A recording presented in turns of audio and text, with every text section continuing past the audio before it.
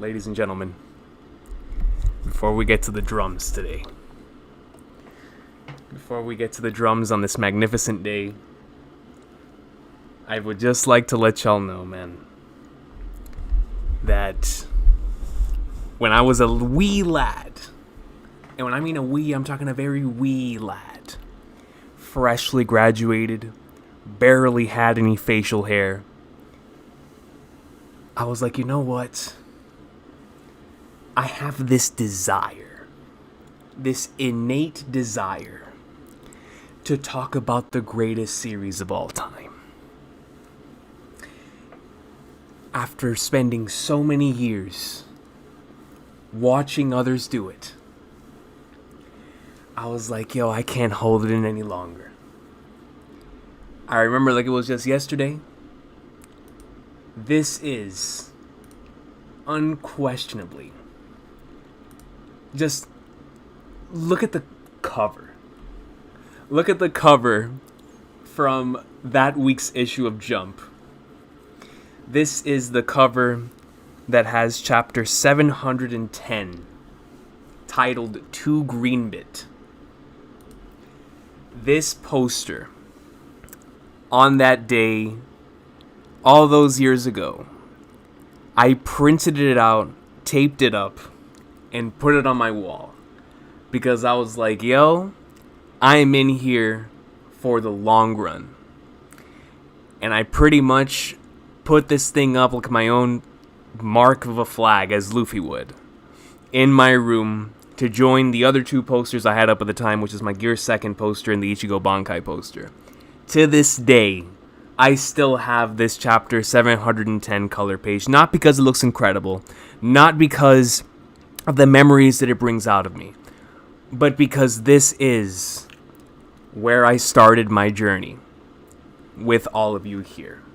To put things into perspective, Bleach at the time was at just the peak of peak within that series.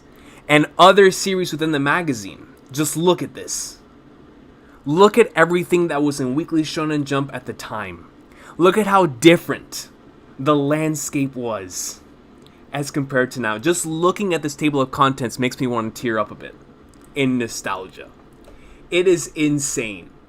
The era in which peak fiction was releasing on a weekly basis. And God only knows that remains to be true today. But it was a crazy time, man. It was a crazy time. Before I came on here, I was hit with the one thing that YouTube has continuously hit me with since the very beginning. And that is an obstacle. This channel is here by like a miracle. This is my second channel. Y'all know the deal. Original one got Buster called. But this channel's Romance Dawn was undoubtedly chapter 710. And the chapter we're about to read is going to be the 375th One Piece chapter we have covered here weekly, man. Y'all, today I got this. On this wonderful day, YouTube was like, son, just know your videos will not be seen, your playlists will not be shown, and your channels, all of that stuff that you need to succeed, we're not going to be showing you today. And I was like, that's fine. Because I don't need any of that. I've never needed any of that. And you want to know why we've never needed any of that, ladies and gentlemen? I'll tell you why. I'll tell you. Let's go, boys. Because here we are. We're bringing it all the way back. We're rewinding now. Let's start this thing over.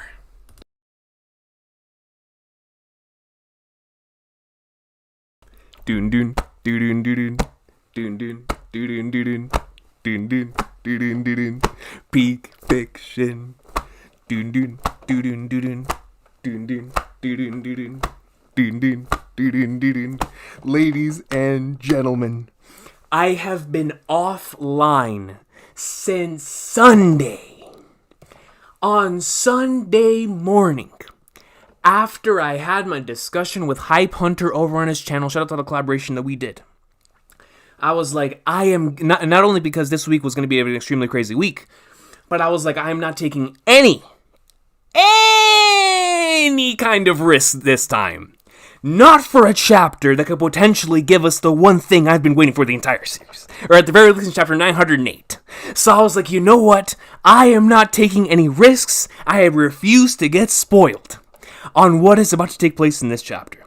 And so I have been completely offline since Sunday, and I'm ready to burst.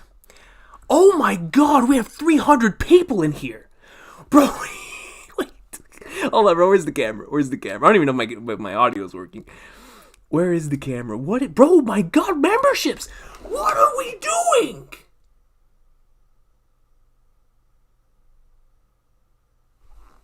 Bro, I was delivering the monologue and y'all going crazy. What's going on? What is going on?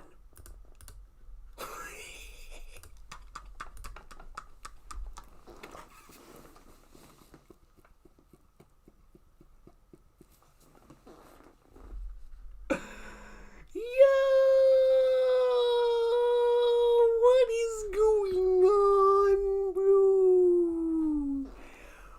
Dog! Memberships on membership.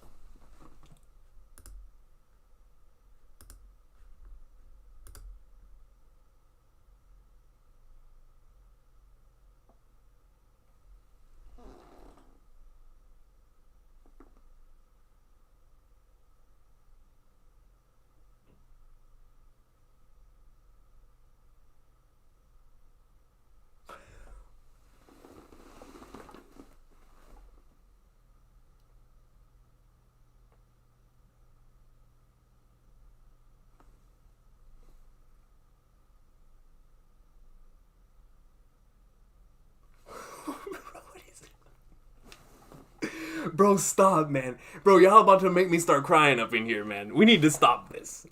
We need to stop this now, Goku. Please. Please. Please don't do this to me, bro. Don't do this to me, man.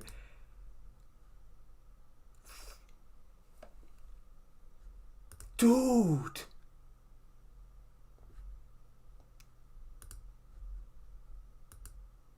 Ali G. What are we doing?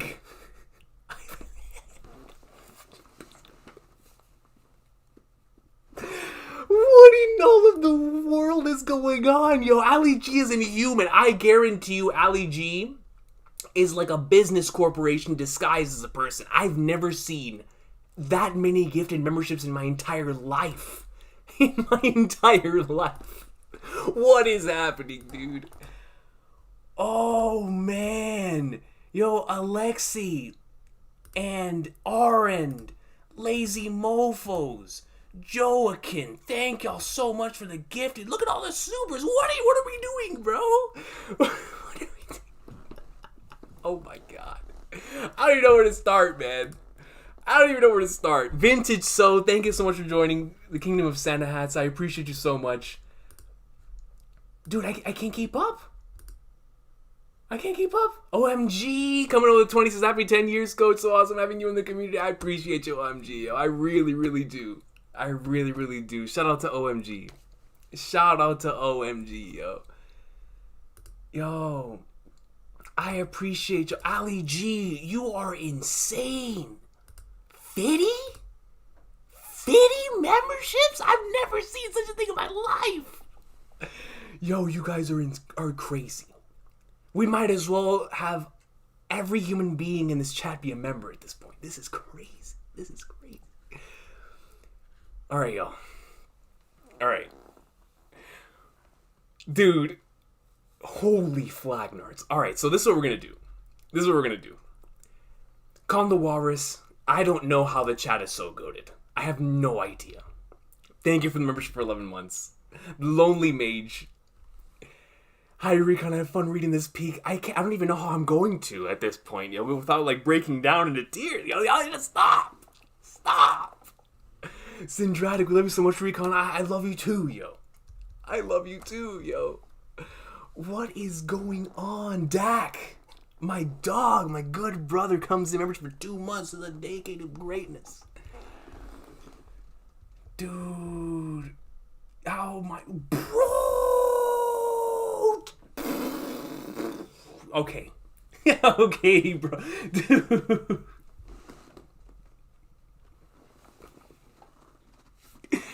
Alright, man. Yo, KBA22, welcome to Kingdom of Santa Hats. Truly appreciate you. Alright. Okay. Captain Clark, welcome to Kingdom of Santa Hats. Truly appreciate you. Alright, bro. Alright, dude.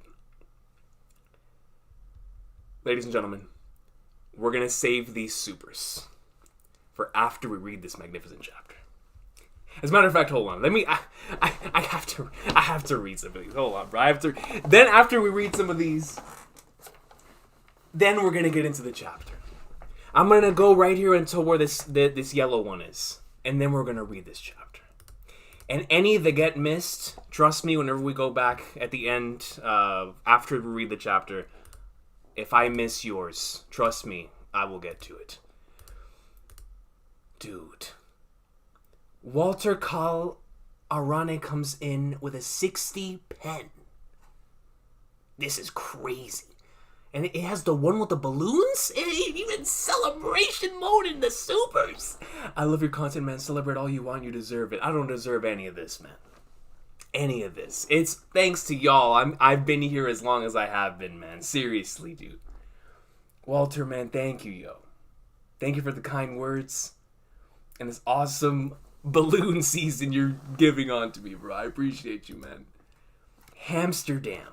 25. Good brother comes in as 10 years of the best hype man the One Piece community has ever seen. The GOAT. I don't know if I'm worthy of such words, man, but I greatly appreciate you, Amsterdam, man. I really do.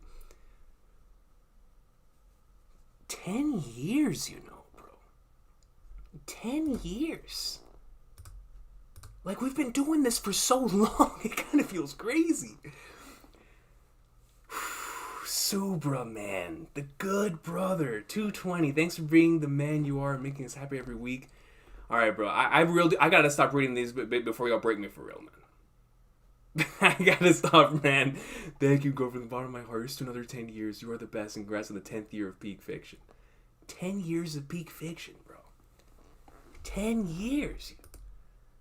Like, Subra, it's crazy out here, man. It is crazy out here, dude. I thank you so much, man. I truly, truly appreciate you, Subra.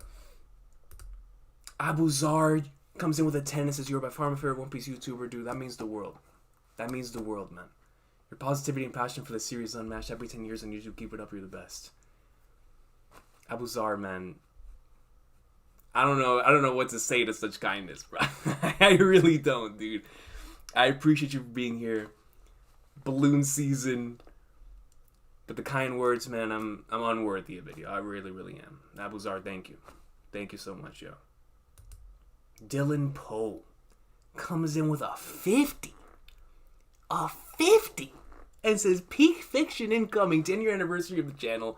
New Metal Gear remakes. Man United placing third in the league. You know where my priorities lie. And getting Champions League. It's payday. Saturday, Manchester Derby.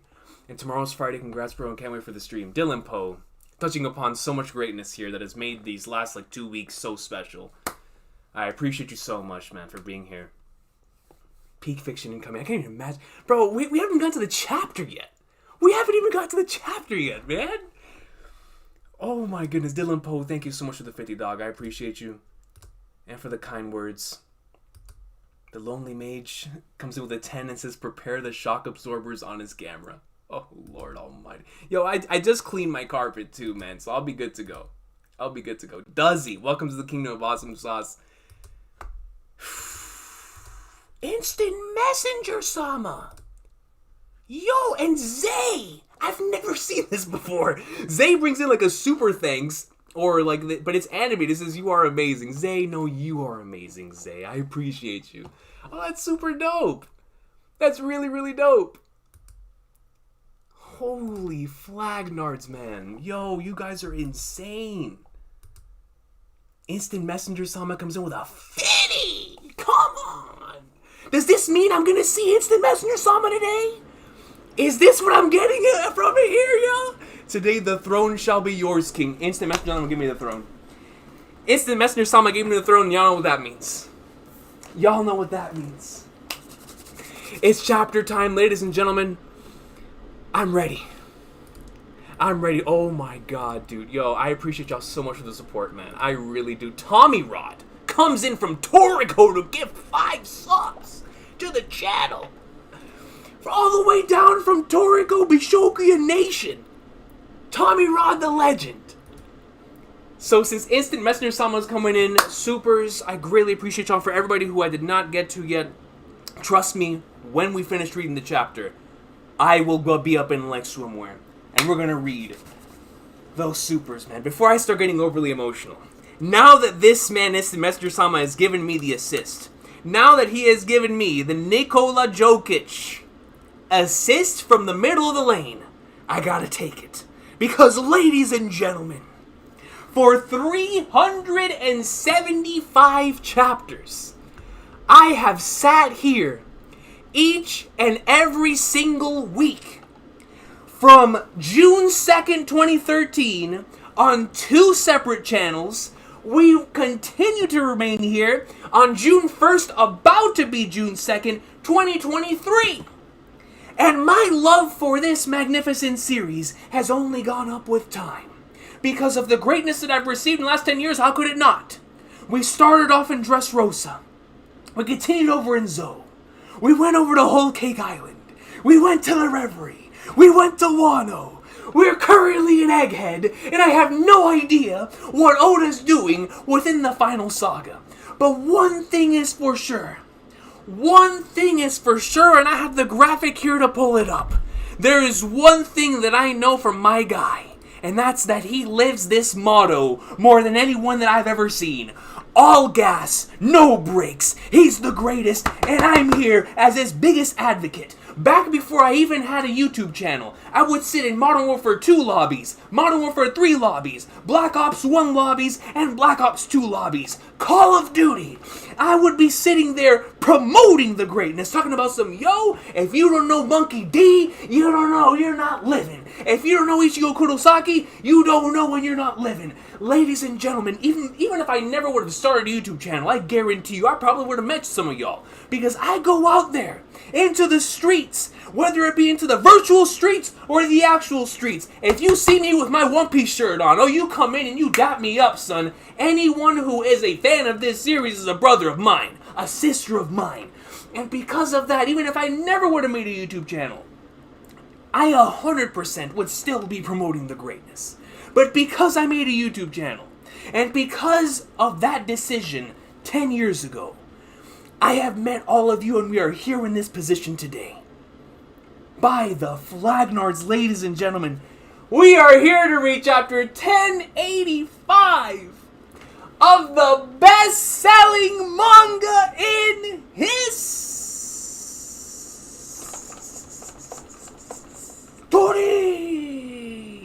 We ain't here to read just any greatness. We're not here to read Vicky the Viking. As much as I would love to have been reading Vicky the Viking, we're not here for that. We're not here to be reading Vicky the Viking. We're not even here to be reading Dragon Ball. We're not here to be reading Naruto. We're not here to be reading any series that I started off my anime and manga journey with. I am here with the series that started my journey here on the channel. The reason why I'm still here today. The second best-selling comic of all time. Clark Kent is moving. You see him, ooh, like he was in the animated series. You see him, you might even think he's the Crimson Chin from Fairly Odd Parents. But ladies and gentlemen, we are right there, right behind him. And by the end of this final saga, if Oda continues to cook in the way that he is, then I already know we're not only going to take the #1 spot there, but then we're going to be coming for that Shakespeare throne, baby. Because ladies and gentlemen, for the 375th time, we are here to read the one, the only 10 years of peak fiction in One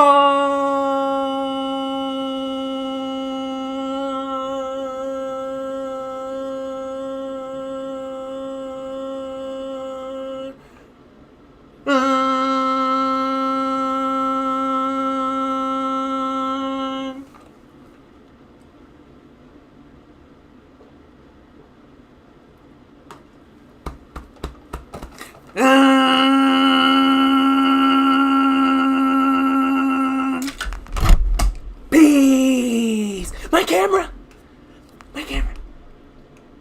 Peace! Let's go, boys! I'm ready! I'm ready! I'm ready! Let's go! Let's flip and go, boys! Hold on. Let me get my laptop. We're ready. I'm hot. Oh, man. Oh, man. Woo! I'm hot. I'm fan. Hold on, let me let some air up in here. Oh, I need some air. It's hot. I feel like I'm at WrestleMania. Bro, this is what y'all did to me. This is seriously what y'all did to me. You guys did this. With the amount of kindness that you've shown. Goodness gracious, man. Y'all have me sweating out here. Oh my god, do I read the title? Do I read the title, ladies and gentlemen? I didn't even check. Do I read the title? Let me know if I read the title. And let me know if my audio's good. Read title? Read title? No? Yes? Title is safe? Yes? Read it? Yes? Read the title? Read the title? We're gonna read the title! Alright, we don't have to skip it. Oh, Lord almighty, man. This is gonna be a crazy one. I can smell it.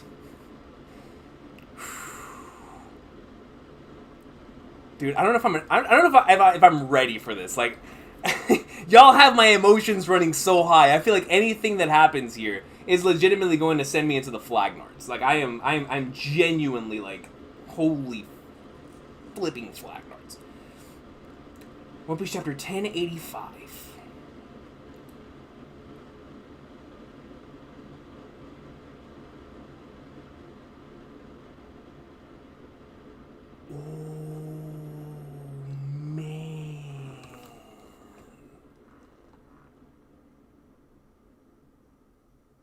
We haven't gotten a title like this since chapter 574.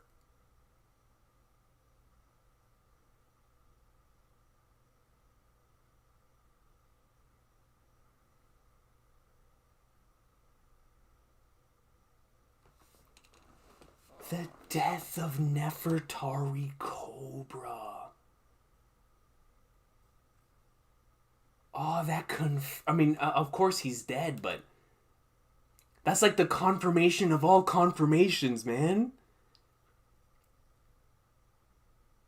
Dude, that's a spooky chapter title. And coming off the emu thing? Oh, Lord, what are we about to see? Chapter 25, The Death of Nefertari Cobra. Dude, I don't know if I'm mentally prepared for this. I'm gonna be real, bro. I don't know if I'm mentally prepared for this. Oh, man. Frankie, he's saluting, seagulls flying in the air, departure into the clouds. We see some turtles. He's crying.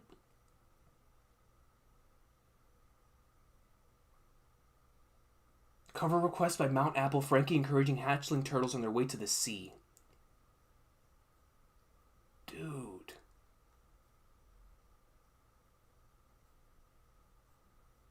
Oh, we have an Oda note this week.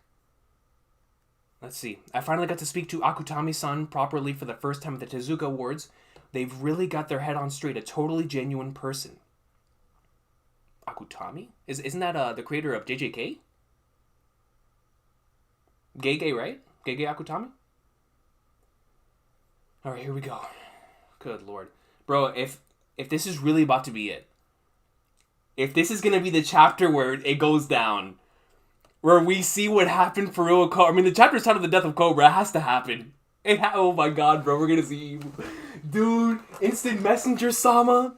If you gave me that 50 and you submitted the throne over to me because of something you're about to do, please take it back.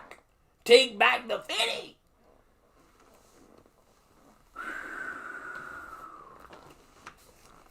Alright, here we go, man. Good lord. Oh my god, it's Cobra, bro. No, bro. No one is ever supposed to sit there We see Cobra panting. We're actually continuing where we left off. This is how I know this is Final Saga Oda, bro. We didn't switch somewhere else. The impossible ruler. Bro, oh my... Bro, I'm so scared. Like, yo, y'all don't understand, man. Emu, dog. Instant messenger somehow. Like, I genuinely don't, I don't want to look down on the page. Like, I'm shaking.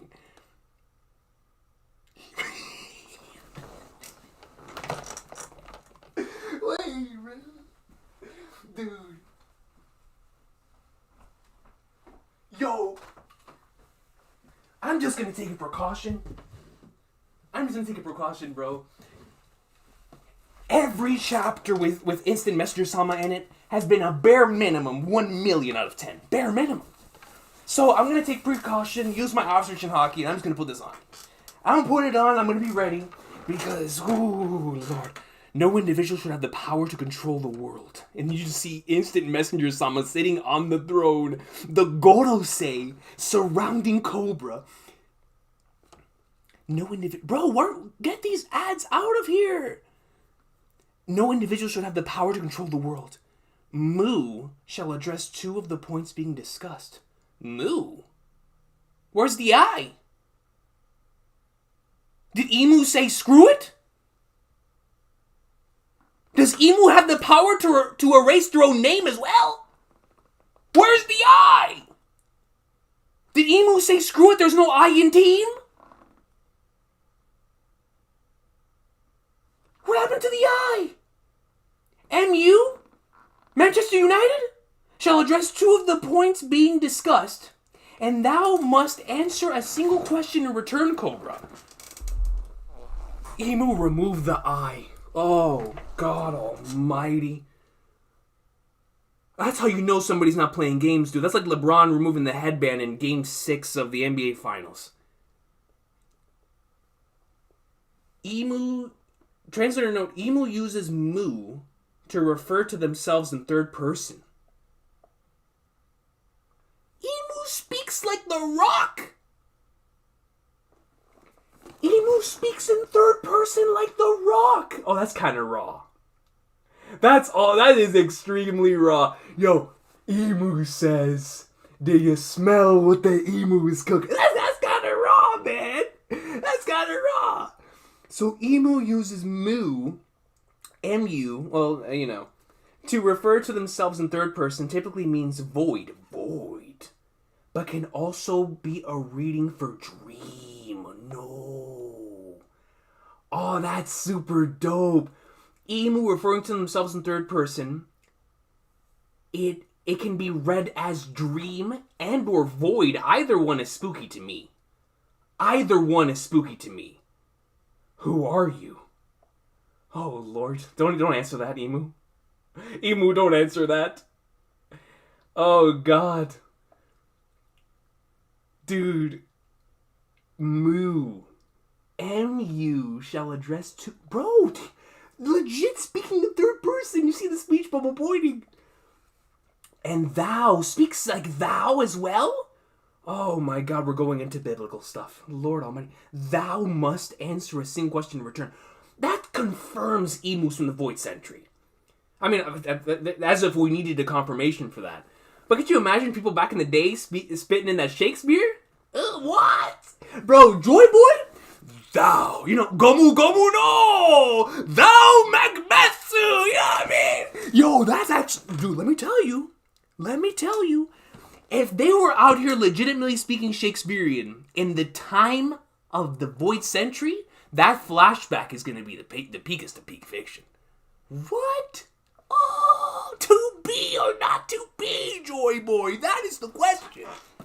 That is the flipping question, man. Come on, dude. I've heard the name Emu before. From who?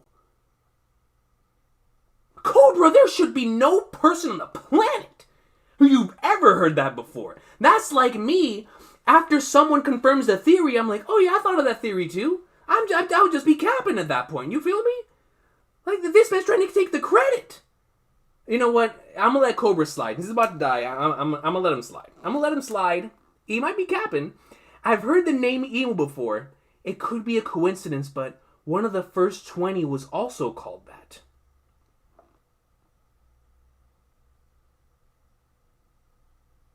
That's not a coincidence in the slightest.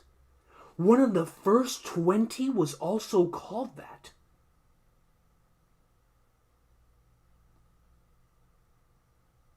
I've heard the name emu before. It could be a coincidence, but one of the first 20 was also called that. Such curiosity. Oh. I wasn't expecting to turn my head and see emu right there. Such curiosity teeters on impertinence. Oh, God. Oh, snap. It will not be dignified with an answer. Did you hear what my dog said? Let me read that again, and let me try to speak a little slower this time. Such curiosity teeters on impertinence.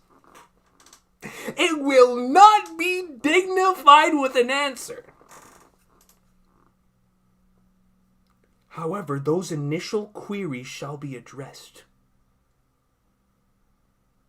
And we get an over-the-shoulder perspective of Emu sitting on the throne?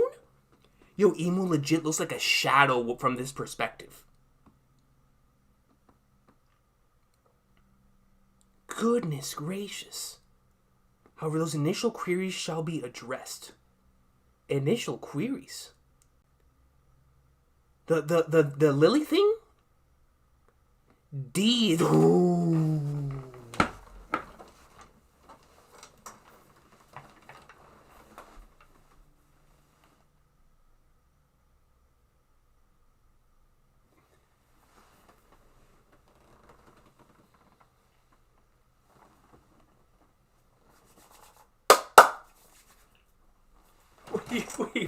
Wait. Hold up, dude. There's no way Emu's about to give a lore dump on the D, dog. D is the moniker of our ancient enemy? Spoken from the king of the world? Moo? Spoken by Manchester United? In recent time, it has cropped up more frequently, however, it is nothing but a faint echo. In recent times, does that imply that during a certain part of the world within the series, the Will of D disappeared? So how did it reappear? In recent time, it has cropped up more frequently. However, it is nothing but a faint echo. Those who carry the name do not even know of its true meaning now, and yet... Oh, Lord. Emu, if you reveal the Will of D right here and now, bro, yo, I'll call you top one. Immediately. Immediately. And you're speaking in thous? Hold on, bro. D is the moniker of our ancient enemy. In recent times, it has cropped up more frequently, however, it is nothing but a faint echo. Those who carry the name do not even know of its true meaning now, and yet... This irritation only endures due to Queen Lily's grave blunder 800 years ago. So the Queen Lily connection to the Will of D from last chapter is 110%, like a shoot. Queen Lily's grave blunder 800 years ago. Penning the name, right? Penning the letter? Blunder. The same can be said of those irksome scholars investigating the so-called void century. Oh, snap! The so-called void century is a spooky term. He's like, yeah. You're talking about my time period? The so-called void century? Y'all are coming up with all these names. You don't even know what you're talking about. You don't know? You don't know about the business? The same can be said of those irksome scholars investigating the so-called void century. Dude, Emu! Still silhouetted! And you see the poneglyphs. Without that blunder, there would be no... Dude, I can't see. There's an ad. Without that blunder, there would be no pirates chasing the poneglyphs in pursuit of treasure either. Without that blunder, there would be no pirates chasing the poneglyphs in pursuit of treasure either. If it were not for Lily's incompetence, those vexing relics would never have been scattered all over the world.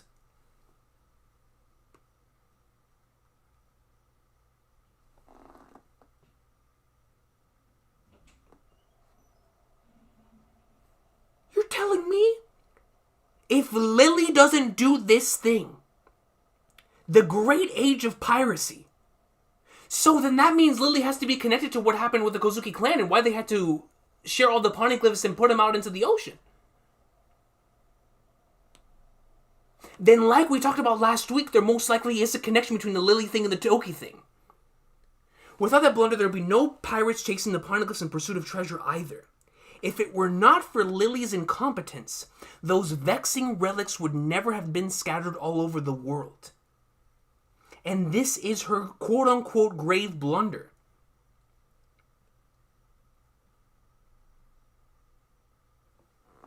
Dude, this is crazy. The release of the poneglyph was the worst possible outcome for us. And that confirms it, throughout the course of the series. Especially back whenever we found out what the poneglyphs were, like the first time that we heard about them. I was like, are they really we know they're in fear of people finding out the Void Sentry.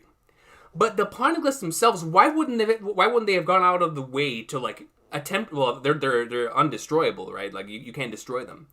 But it made me think, if these things have existed for quite some time, what has stopped them from taking it out before? So, this is the worst possible outcome for them. So one must wonder whether it was truly a mistake, or if it was actually a part of some larger plan.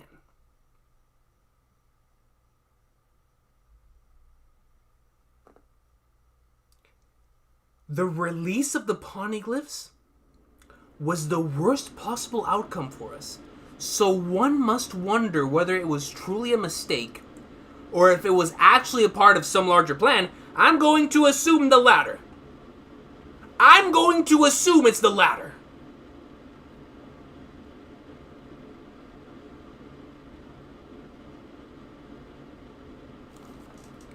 Them boys reached for the holster. Oh, them boys went for the guns? Oh, they got the Glock 40s. Oh, boy, one of them got a Magnum. Other one got a Sai Kidetsu 10. Oh, Lord, the other one got a double-barrel shotgun. This last one, I can't even tell what that is. Is that a cane? That's a cane, dog. Oh, they went straight for the weapons. Ooh. Oh, they're gonna kill him. Oh, Cobra, man, I am sorry, dog. You had... It had...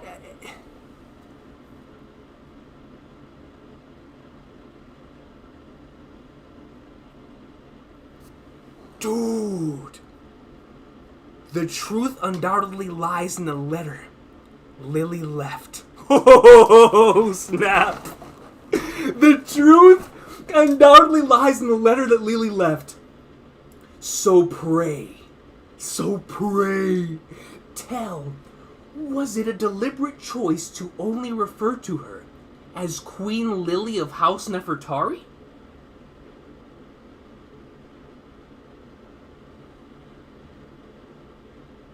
Did she have another name?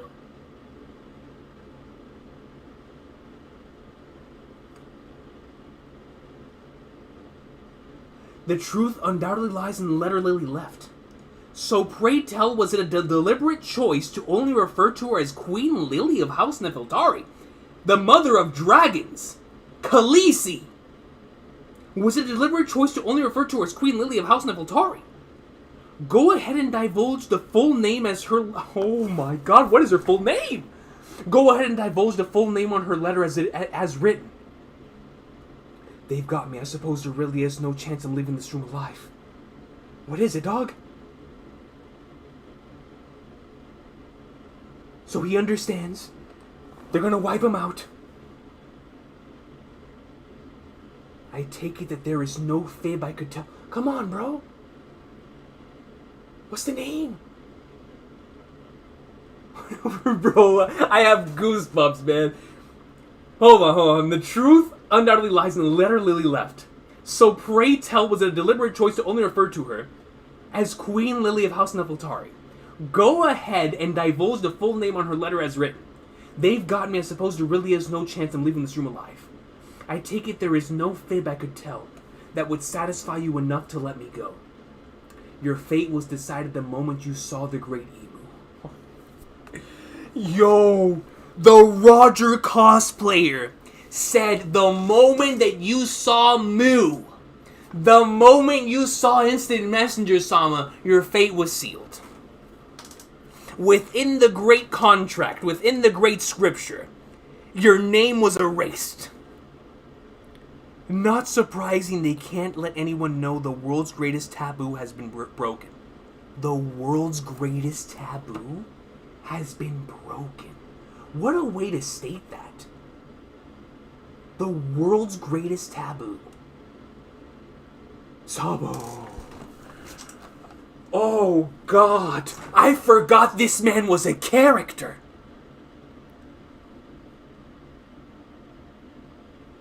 The atmosphere here feels a little sinister. What's going on?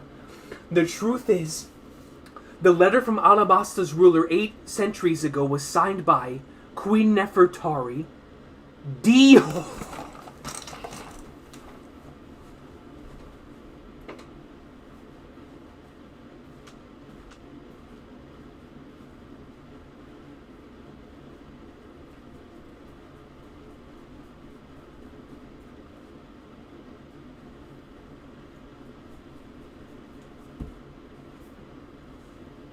Yo, I've seen enough. Lily top 5. Easy.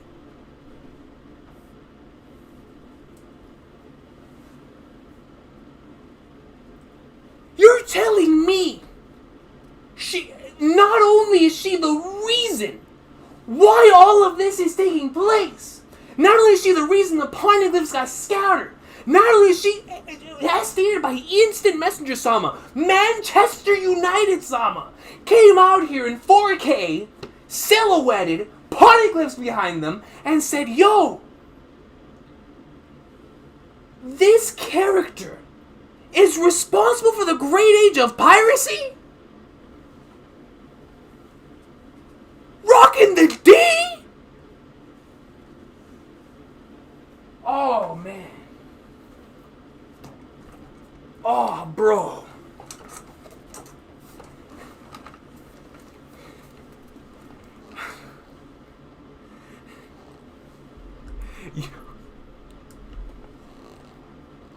Yo.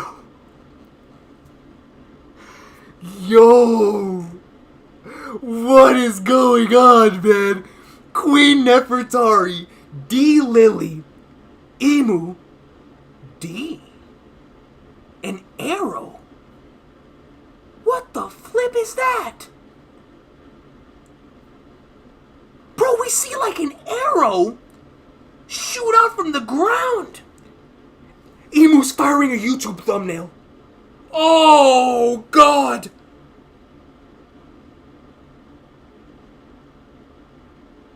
And it...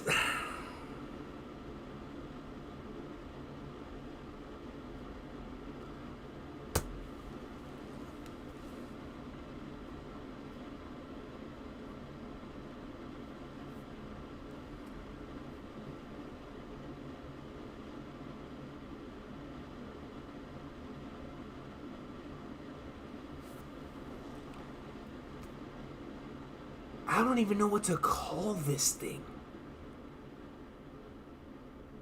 It pierces Cobra in his abdomen.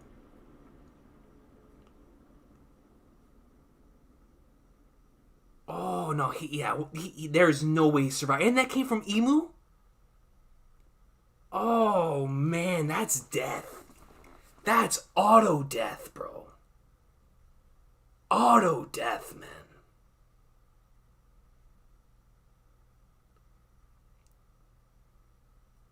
But he talked his smack on the way out, man. Shout out to Cobra, dude. Shout out to Cobra, man. Wow, Emu goes in, says the letter D, an arrow is released and pierces Cobra through the wheelchair. Is that Sabo? Bro, is that Sabo? I see flames up on the top. Leap.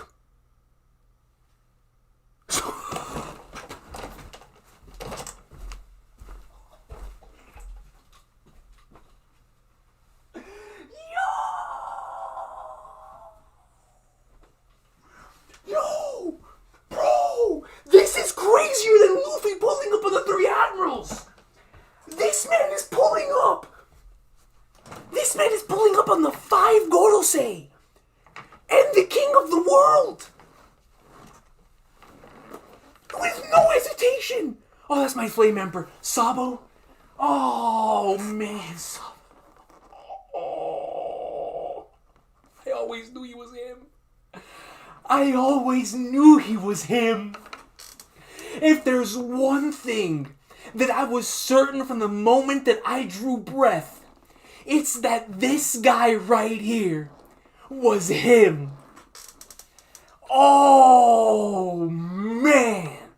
You want to talk about establishing a character from the moment they were introduced, being brought up in a society of individuals they despise as a member of that same society, hates all of these stuck-up individuals, wishes to write a book about the crazy ways in which they do things, just tired of the way in which the royal structure has been handled throughout all of time, but specifically where he was within the Goa Kingdom.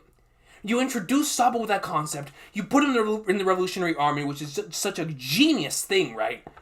But for him, the symbol of the Revolutionary Army, to come in and launch Ace's attack, launch the long-lost successor to Queen D of Nefertari, in Ace's attack, Fire Fist, and goes in and just... Bro, this is crazy, man. This is legit crazy, dude. Fire Fist, Cobra gets sent flying off the wheelchair. You see the Gorosei members silhouetted within the flames. Oh, dude, this is raw. This is raw. This is GOAT. This is peak. This is everything. This is everything, man. Yo, I'm sorry. I'm the biggest Shanks turd on the planet. That chapter might be taking it out right now. It might be taking it out. Yo, this is the peak fiction right here, dude. Oh my god, man. Smothered mate. This dude, Sabo, is going for the king. Sabo's going for Emu, dog. Sabo's going for Emu. Didn't he just see the YouTube thumbnail attack? But he don't care. He don't care. He's like, YouTube thumbnails, I come from Twitch, baby. Twitch.tv, Sabo, let's go. Let's go, man. Smothered mate.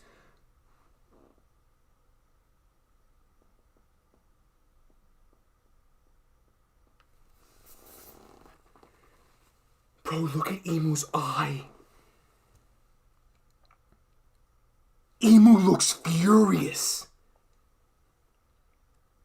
You get a real close-up into Emu's eye. Where did this one come from?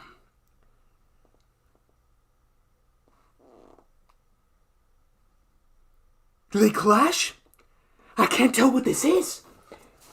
It's a big black ball and fire.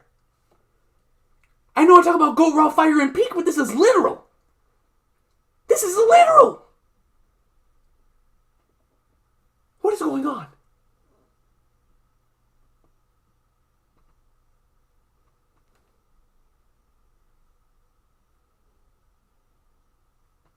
What are all these shadows?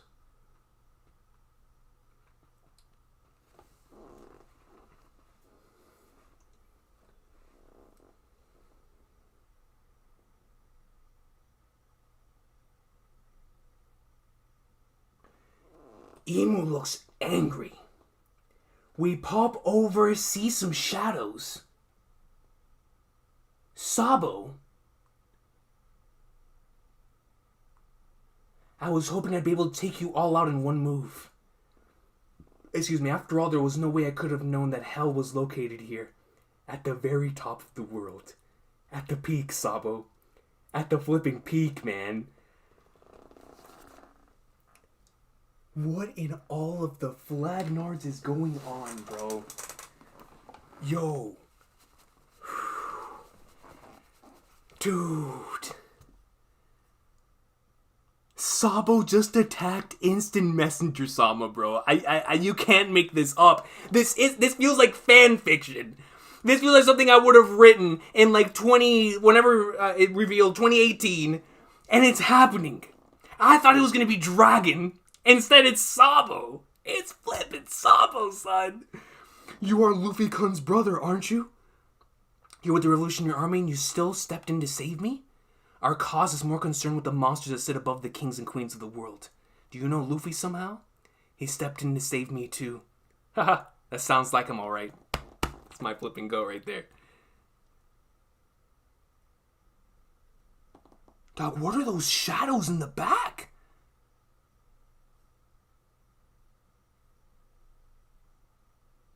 Is that Imu's ability?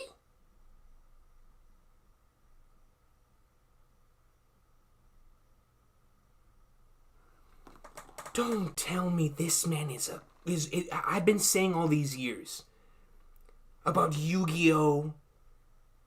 Don't tell me this man is Maximilian Pegasus for real, bro. Don't tell me this man has been storing away souls. Shadows, like he's Gecko Moria. Look at this thing on the left.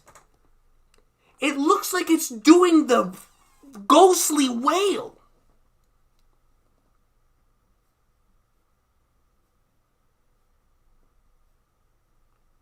Dude, this is Gecko Moria's ability. Moria's here. That's right, they said this man was here. Right? Am I trolling him? Am I tripping? Bro, this is way too similar to Moria's ability. This is way too similar to Moria's ability. There's no way this isn't Moria.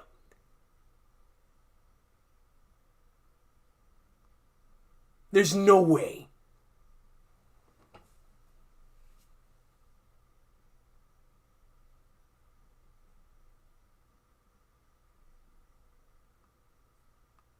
Regardless, I'm gonna stick with the fact this is Emu's ability.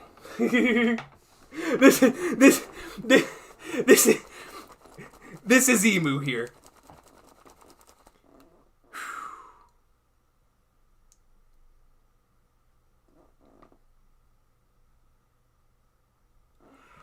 It's the Gorosei! Oh, of course! There's 5 of them! Oh, I'm tripping. Why did I think of that? Why in the Flagnards didn't I think? See, bro, this isn't me. This is y'all. This is all of your fault. This is y'all's fault, man. This ain't my fault. This is y'all's fault, dude. I'm just a simple man. Alright? I'm a simple dude who comes on here to read. And you guys are just bombarding me with kindness, man. It was y'all. So you're telling me the Gorosei... So let me dissect this here.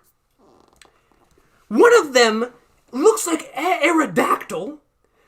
The other is coming down from the top. This one looks like the skull of Onigashima.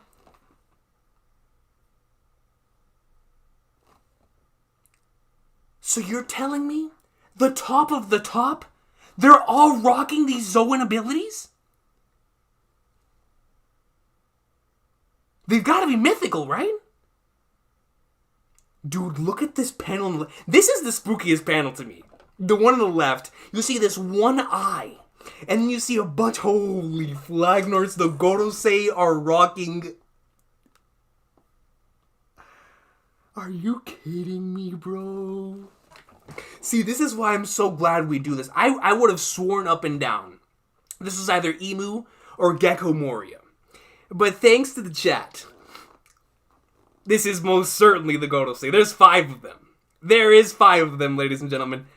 Holy flagnards. So the 5 Godosei are chasing after Sabo. One on the left is doing the ghostly wail. Leave me, I'm dead weight. You have a better chance of escaping on your own. It's not going to happen. There's something I've come to understand.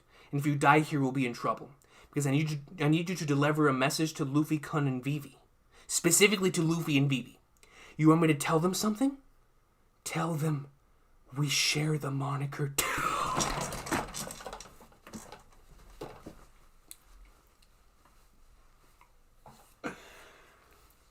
I've been waiting for this.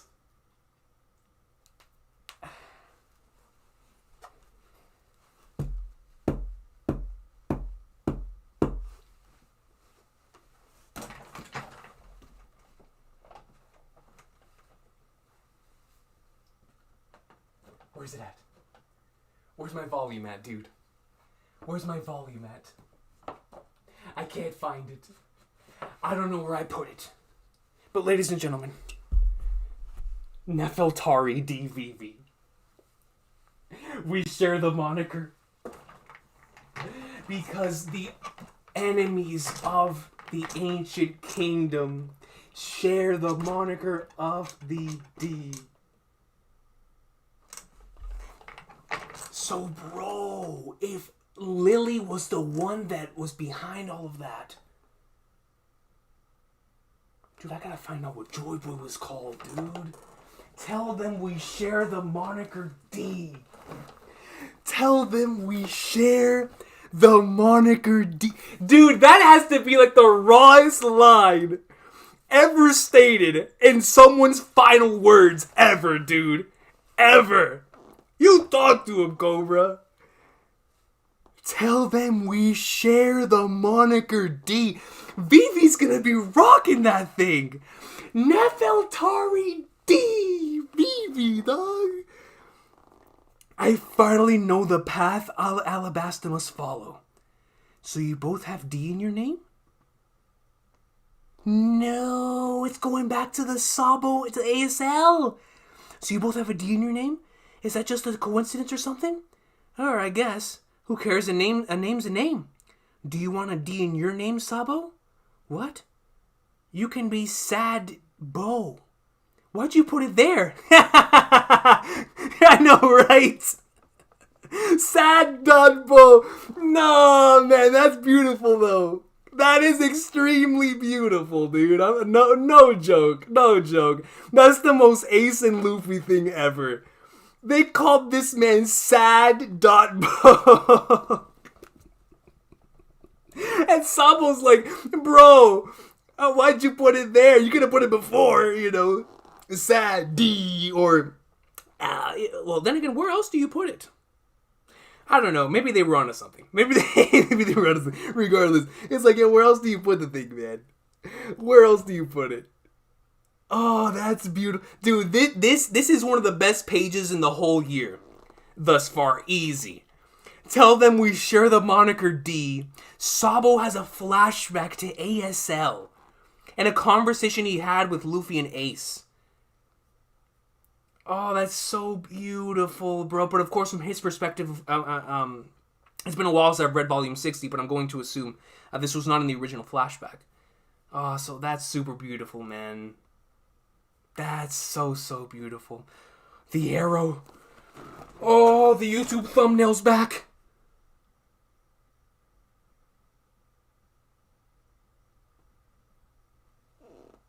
He got Sabo?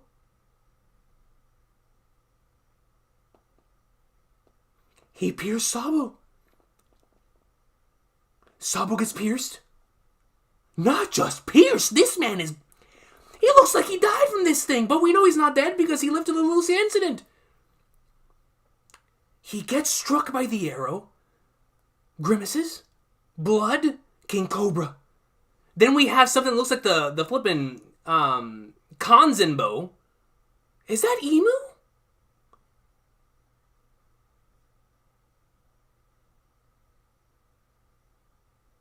This man Conjuro was a Gorosei member the whole time. The Kanzenbo haunts us even in other arcs. Even in other arcs.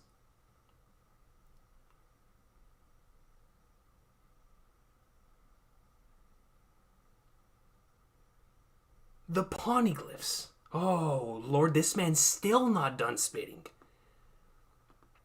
The Poneglyphs.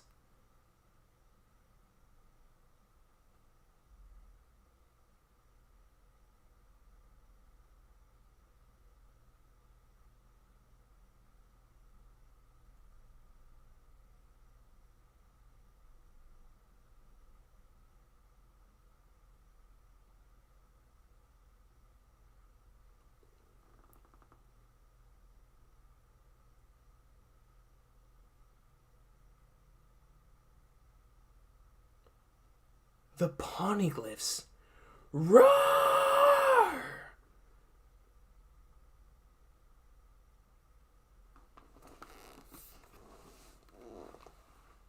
Must be protected. Fly the flag that hit. Is this from the Void Sentry? The Poneglyphs must be protected. Fly the flag that heralds the world's eventual dawn. Nefertari D.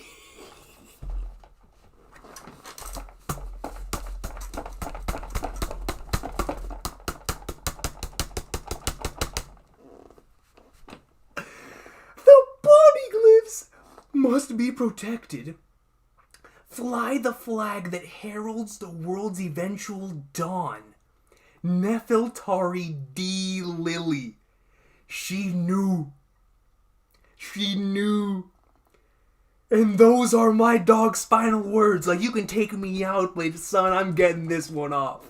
Yo, Cobra to the highest key. To the highest key is a real one. To the highest key, man. I thought this man died like 30 times in this chapter. He just continued unloading stuff from his arsenal. What a magnificent character. I'm counting on you, Sabo-kun. Is this Emu, bro? King Cobra! You must live on. Who's there?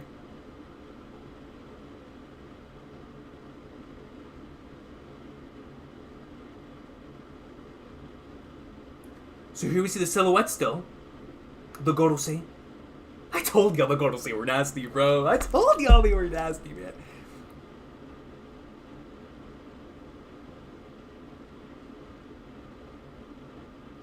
Who's there?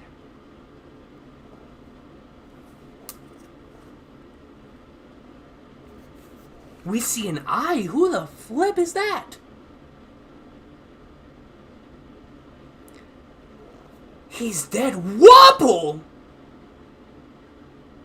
Is this why he sided with Vivi? He had a change of heart? Cobra the Senile has gone and got himself killed. I never liked him, but how can I celebrate after witnessing something so terrifying? I've stumbled upon the biggest skeleton in the government's closet. I don't even want to know who that was. They will end me. Dog, I'm terrified. Like, yo, the Emu basically one-shotted Sabo.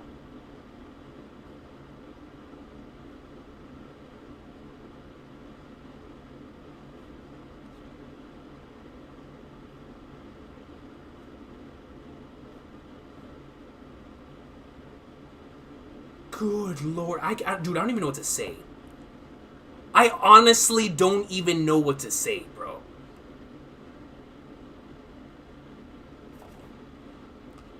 That's not the end of the chapter. Oh! The grand round table in the council chamber. Do I have water? Oh, Lord. The grand round table in the council chamber. It seems that King Cobra and King Wappo are not yet present. We just received word that the two of them will not be attending and that we are to proceed without them. Perhaps King Cobra's impassioned speech drained him. I could tell you what really drained him. What? Is that Abraham Lincoln? Again? Out here? Doing his thing? Maybe he considers his job done now that this dissolution of the warlords has been approved. Now let us move to the remaining matters on the agenda. We see Recon, we see Neptune. Now then, concerning the coalition, great arc, one of the greatest arcs of all time, shout out to Kingdom, of the 4 northern nations calling for independence. And of course, it's talking about more than likely the Revolutionary Army stuff here. Shirahoshi, the conference is almost over. Let's go wait at the Red Port. We won't have to deal with the celestial dunces there. So here we see Shirahoshi. You okay? I was hoping to say goodbye to Princess Vivi. I wonder where she went. And obviously, this is coming right before the grand incident concerning the Kingdom of Alabasta that Garp went to go, warn them about and whatnot, and tell them, don't hate the humans and stuff of that nature. What's the big idea, Vivi? Nefertari Vivi. The straw hat that was never forgotten. The straw hat that I know. Update? Thank you for using Adobe Flash Player. I didn't even know this was a thing! Why is my computer updating? Emu's trying to take me out, dog. What is going on?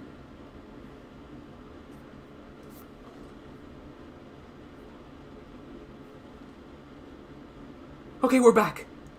I canceled the update. Dude, who in the world gets an Adobe Flash Player thing in 2023? What's the big idea? You better on timing. Regardless, what I was saying. Vivi, the straw hat that was never forgotten. The straw hat that I know for a fact. It was a member of our crew, even back in late Whiskey Peak, alright? From then on until now, Vivi has always been a straw hat. Always. And so, Nefertari D. It feels so good to say that, man. Nefertari D. Vivi. See, now it's going to be a problem.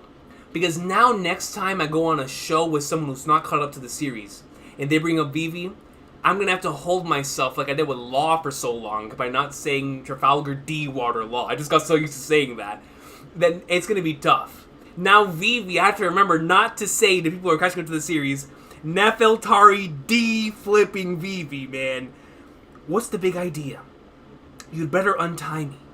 Whose orders are you following? She's tied up? Who?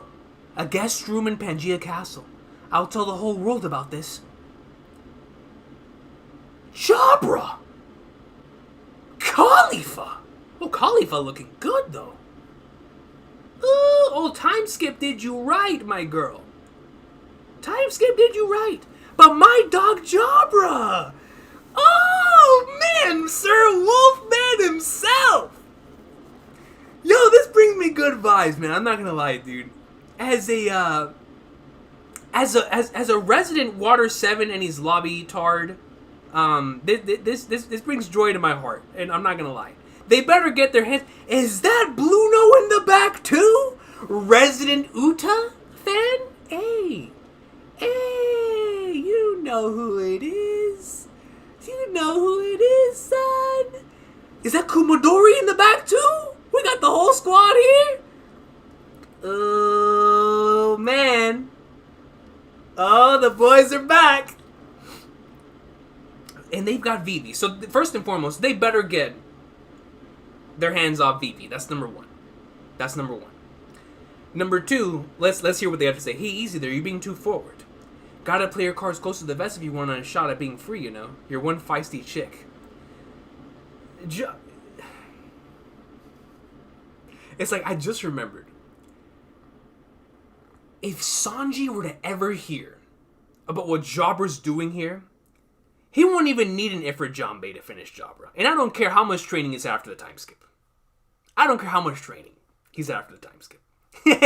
This man's getting one-shotted by Sanji, bro. Gotta play your cards close to the vest if you want a shot at being free, you know. You're one feisty chick. I'm afraid no one's gonna help you, princess.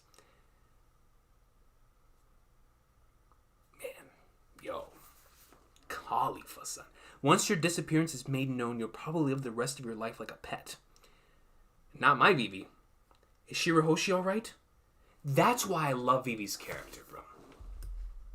It truly is. This is such a consistent part of her character. She's being tied up right now. Similar to how things were back even in Drum Island, Alabasta, whatever the case may be. She will be in a drastic situation, a horrible situation. And she will still be thinking about someone else first. It's why I love her character so much.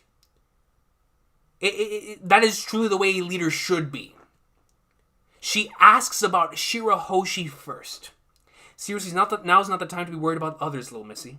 We received word... Is that Fukuro in the back too? We received word that more trouble broke out around her earlier, but she apparently came out of the ordeal unscathed. Thank goodness. The punks who ended up assaulting the Celestial Dragons that were trying to kidnap the princess were members of the Straw Hat Fleet. Who's gonna try? Bring your shadows, Emu. Bring your YouTube thumbnails. Bring your 5 Yu-Gi-Oh cards. We got something for you, dog. We got something for you. Not right now. Wait until a little later. Wait until a little later. Wait until a little later, Emu. We got something for you, dog. Wait until my boy in Gear 5 takes that arrow and brings it right back to you. You think you got Dark Toon Force? You think you just bring out arrows out of nowhere?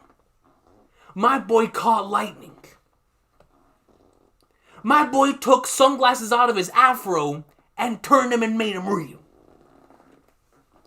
Keep your shadows, Emu. Keep your Dark Toon Force. We'll see who the real GOAT is when Pirate King Luffy gets a hold of this. Alright? We're members of the Straw Hat Fleet. Look at that. They don't care. They're like Admirals? Green Bull? Fujitora?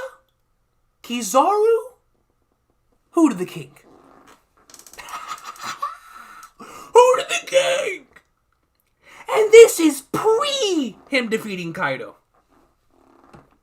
Straw Hat Grand Fleet, my goats. Boldly proclaim their victory, giving their names and everything.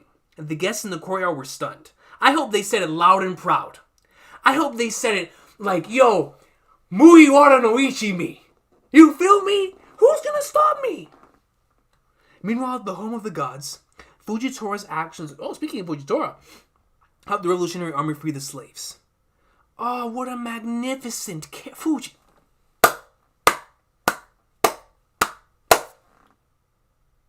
I always knew he was him, bro. Let me read this statement one more time. Meanwhile, at the home of the gods, Fujitora's actions helped the Revolutionary Army free the slaves.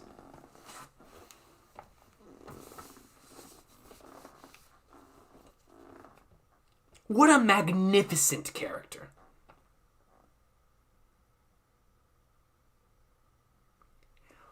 Just finished boxing them in his own homeland.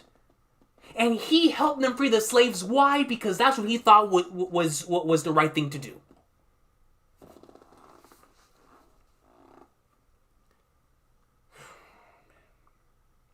And it obviously pissed Ryokyugyu off, so they went at it.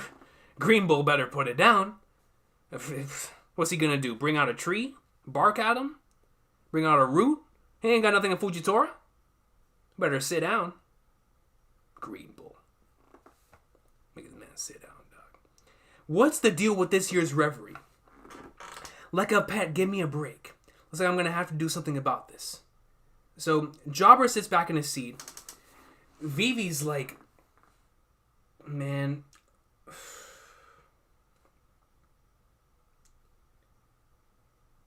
Vivi's in a similar situation that she was back in Alabasta, where her hands are just tied. And it's like, what do you even do in this type of scenario? She's thinking, question mark, and on the other side of the wall. And of course, here comes Wapol, man. Dude, who would have thought, bro? Who would have thought, dog? Like, this is why I love One Piece. Seriously. Walpole. The first representation of everything Oda hates in a character. Walpole was the first quote-unquote king we had been introduced to in the series, and he held every single quality that we know Oda hates in someone who is a leader of a country. Walpole represents all of that. He is just horrible human being incarnate. Is Walpole.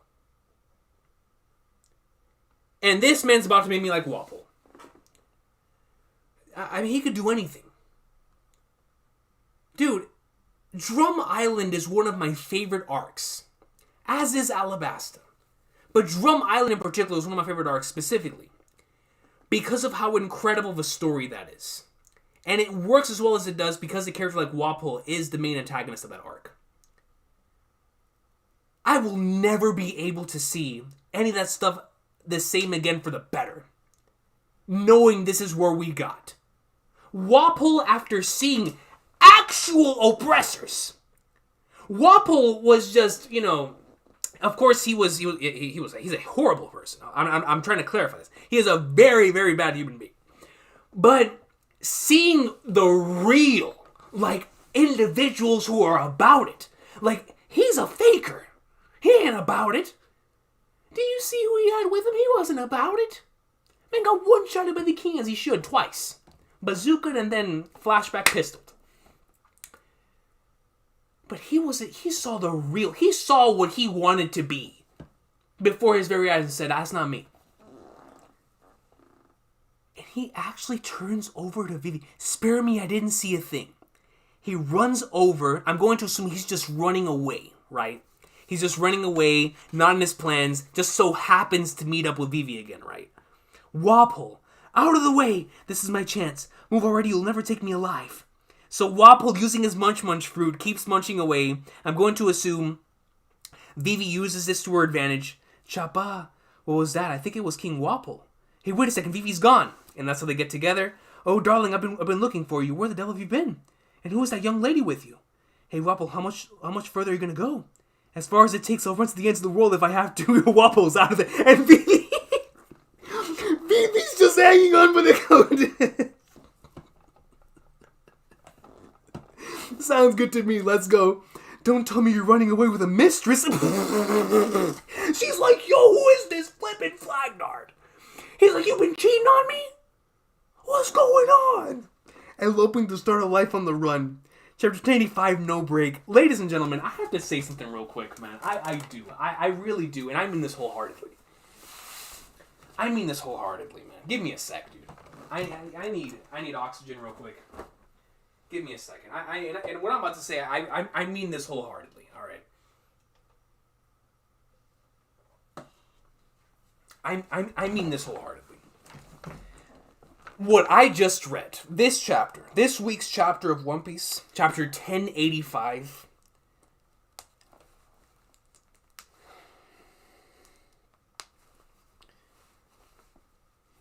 We sound like broken records every week. At least I do.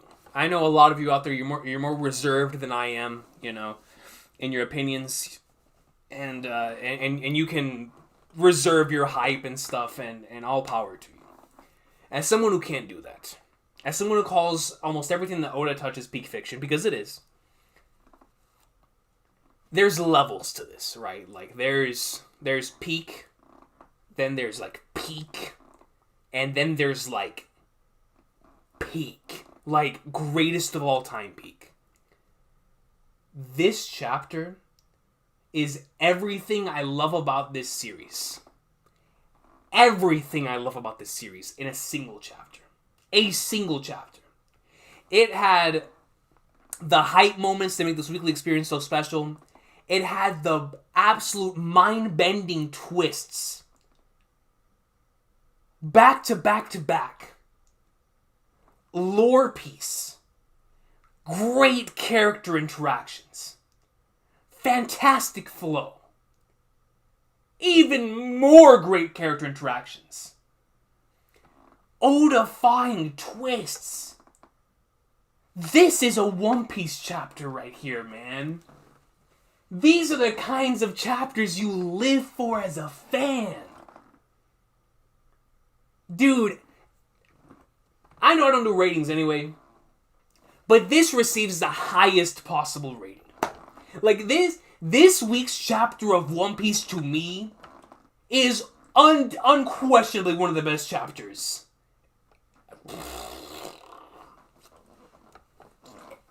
This is peak Final Saga Oda.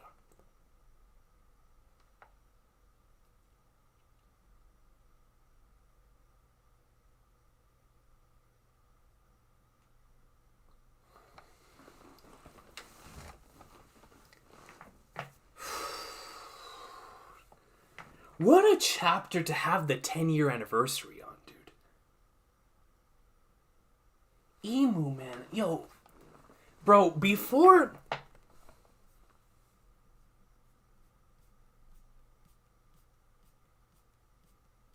Dude, I gotta process this, man. And then we're going right into the supers, dude. But... Yo, this is legit one of the best chapters in the entire series. And I mean that as a tard. I mean that as a fan that does not say that stuff lightly. I'm someone with full-blown legacy and nostalgia bias. You feel me? All that stuff is legendary to me. I have a lot of nostalgia for this series. But what I just read is an all-time One Piece chapter. Even more than last week.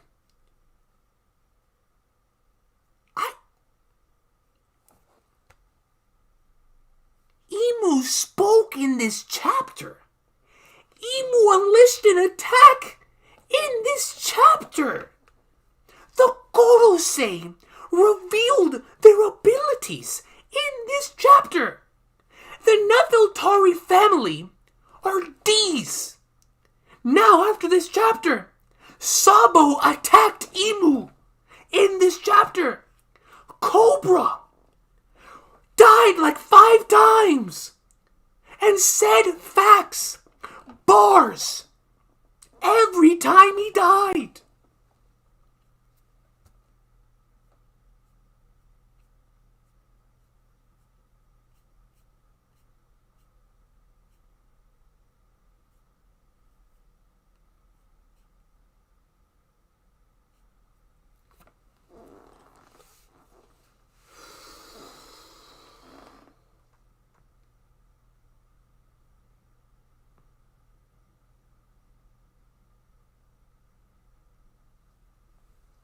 Dude.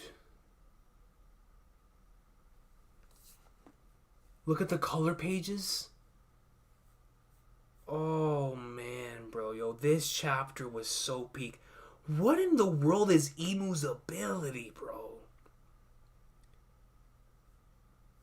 What was that arrow? And then the Gorosei, what did they turn into, dude? What are these things? You have Onigashima? You got an Aerodactyl?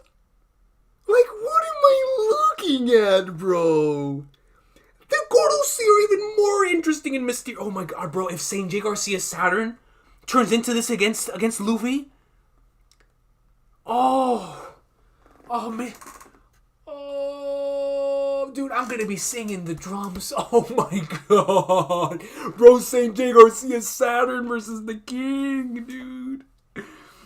Oh, man. Yo, Khalifa's bad. Oh, bro, but look at this, man. Look at the collar. Look at the collar page. The atmosphere here feels a little sinister. What's going on? The truth is, a letter from Alabasta's ruler 8 centuries ago was signed by Queen Nefertari D. Lily. Then the arrow comes in. What in the world is this arrow, dude? This arrow comes in, pierces him. Sabo flies into the air, unleashes a fire fist on the Gorosei, and then goes to attack the flipping Emu. Dude, Sabo was already one of my favorite characters. Sabo just attacked Emu, bro. And lived. Twice. Emu attacked Sabo twice. Both here with the arrow and with the lights of 16 judgments. The swords are revealing light coming down upon Sabo, and he lived.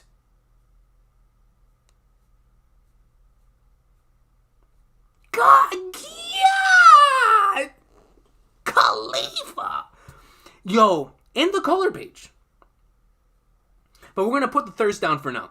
Vivi, what's the big idea? You better on time here. Whose orders are you following? I'll tell the whole world about this.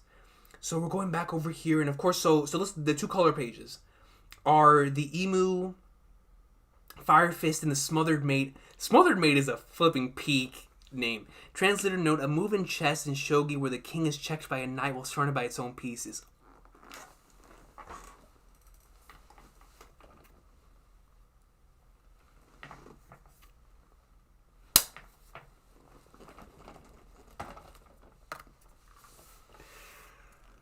Oh, that is the rawest thing.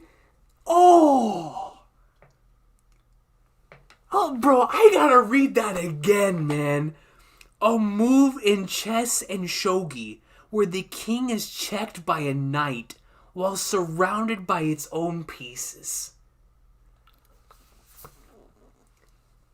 Oh, man.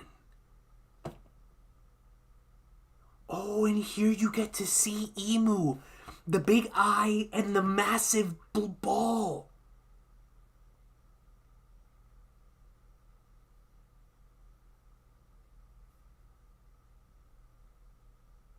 What do you call this thing, dude?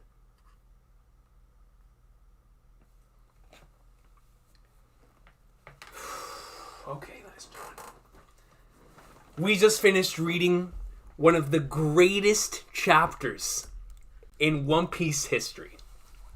So, tell me, we read this chapter for an hour and 30 minutes. Well, then again, I know we spent around 30 minutes, like, going crazy, but dude, if I missed any of the gifted memberships, I apologize. And if you gifted any memberships still in the stream, I could not pay attention to the chat, except for the Godosei thing. It was going too crazy. So I'm going to go through the supers. If anyone gifted any memberships, please let me know. Or if anybody became a member, please let me know. I greatly apologize for if I missed anything. Like I said, I was going in, man. The Sabo stuff had me crazy, bro. Dude. Okay, let's go through these supers. Once again, ladies and gentlemen, thank you all so much for being here. Number one, for this special chapter, for the special stream, for the special occasion. But number two, man. What the flip did we just read?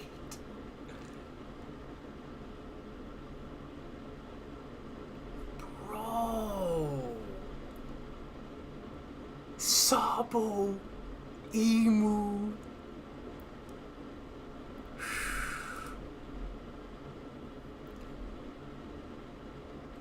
Holy Flagnards. Instant messenger Sama is even more filthy than I could have ever imagined. Good God Almighty.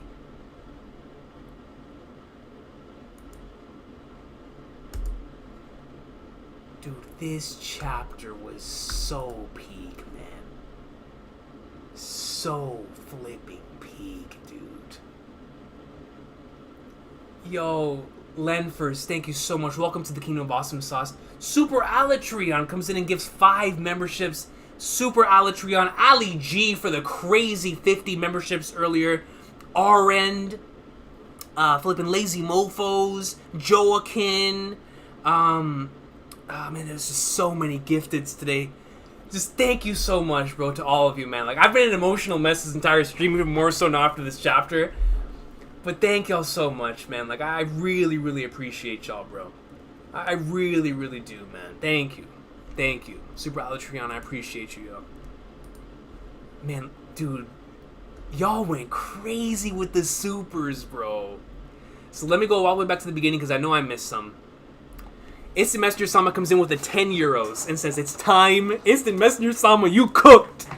You cooked in this week's chapter of the greatest thing ever, man. Wow. We saw Emu unleash an attack. We even got to see Emu come out and do whatever the flagnards that thing was, man. Dude, that was insane. It's gonna take Luffy Gear 5 to even touch him. That was the scariest, spookiest thing ever, man. Oh my god. Here's the Mr. Sama. It's time. It most certainly was time. Thank you, yo, Instant Mr. Sama. And of course, OMG. Shout out to OMG. I appreciate you so much for the kind words. Just, it's been a real pleasure knowing you these past couple of years, OMG. I really hope you're having a good one. Thank you so much for stopping by and for the support, yo. Walter, Kalarane, truly appreciate you, yo. For the kind words as well, for the support. Amsterdam as well. Nothing but love to y'all, man. Subra. I know that I read all of those earlier. Nothing but love to y'all, man. Instant Mr. Sama again from King to King. Happy anniversary. Yo, Instant Mr. Sama's wild. No wonder Emu was cooking when you have Instant Mr. Sama in my chat going like this, man. Seriously. Like, this chunk is crazy. This chapter was crazy. This chapter, this stream, this occasion, everything's crazy, man. Oh my goodness. Thank you, Mr. Mr. Sama, yo. Maki Man 117. Shout out to Maki Man. Comes over with a 5 and says, what a time to celebrate 10 years. Thank you for all the times you've taken my mind off things to experience peak fiction, legend, recon. Maki Man, you know, that's honestly the best compliment I could ever receive, because that's like the whole reason we do this, right? You know, of course we all have our own lives. We all have the things that we go through. And, you know, this series especially has helped, I'm sure, not just me, but a bunch of you through some tough times as well. So the fact that we're able to go through, like, these hours together, experiencing these chapters together, where it's just us and the greatness, our community, we're able to forget about all that stuff, that's always the best part about all this, man. And I appreciate you for the kind words, Maki Man. Thank you, yo. Thank you for the super. Jack Mihawk, my guy. I call you Jack Mihawk in the past, but where's the 10th anniversary, baby? And I'm saying your name with absolutely no... YouTube already told me earlier today that my stuff's not going to be shown. So I already know people didn't receive notification. People are not going to get this in their sub boxes. I don't care. Because I just saw Emu use an arrow and Sabo use Smothered Mate against Emu with the 5 Gorosei revealing their abilities and flipping Nefertari D Cobra revealing the Nefertari D Lily and Queen Nefertari of Dragons, the original Khaleesi of Daenerys's. I don't care, man. We're out here, yo. Shout out to Jack Mihawk, man. Comes in and says, we outside, we're here. Shout out to my dog, man. Thank you for stopping by for the 10th anniversary, dog. I appreciate you. Savage comes in. I thought of Randy there for a sec. Savage. It's 4 a.m. About to sleep. Had to say congrats, coach. Savage, man. Thank you so much for stopping by. Truly appreciate you at 4 a.m. That's absolutely nuts, man. Abuzar, thank you so much for the kind words earlier. You left me speechless with what you said earlier, man. So I truly appreciate you for the kind words. Same thing with Dylan Poe. Came in strong. A lot of awesome sauce. You already know what it is, man. It's been an awesome time period the past couple of weeks. So I appreciate you for dropping all that, man, and for showing support, dude. It means a lot. Len first comes in with a 5. Brazilian says, a huge hug from Brazil. You the best. Appreciate you, Len first, man. Thank you. Nothing but love to you over in Brazil, yo. Seriously, nothing but love to you. Lonely Mage, you're absolutely right, man. I had to prepare the cameras. I'm shocked this thing didn't go flying, dude. That just means that the stuff that took place in this chapter had to be seen on camera. You know what I mean? Emu did not allow the camera to go flying. It was crazy. Thank you, Zay. Thank you so much for the super thanks thing, the GIF with the super. I truly appreciate you for that, Zay. It means the world. LJ comes in and says, I'm still new, but congrats on 10 years. LJ, in the time that you've been here, you've provided nothing but bars, facts, and greatness. So, like I always say when it comes to anything, individuals who are here watching this for the first time today, or the people who have been with me from the very beginning, like a massive shout out to Nick and Venom, two individuals that I've known from my very first video that are still here today.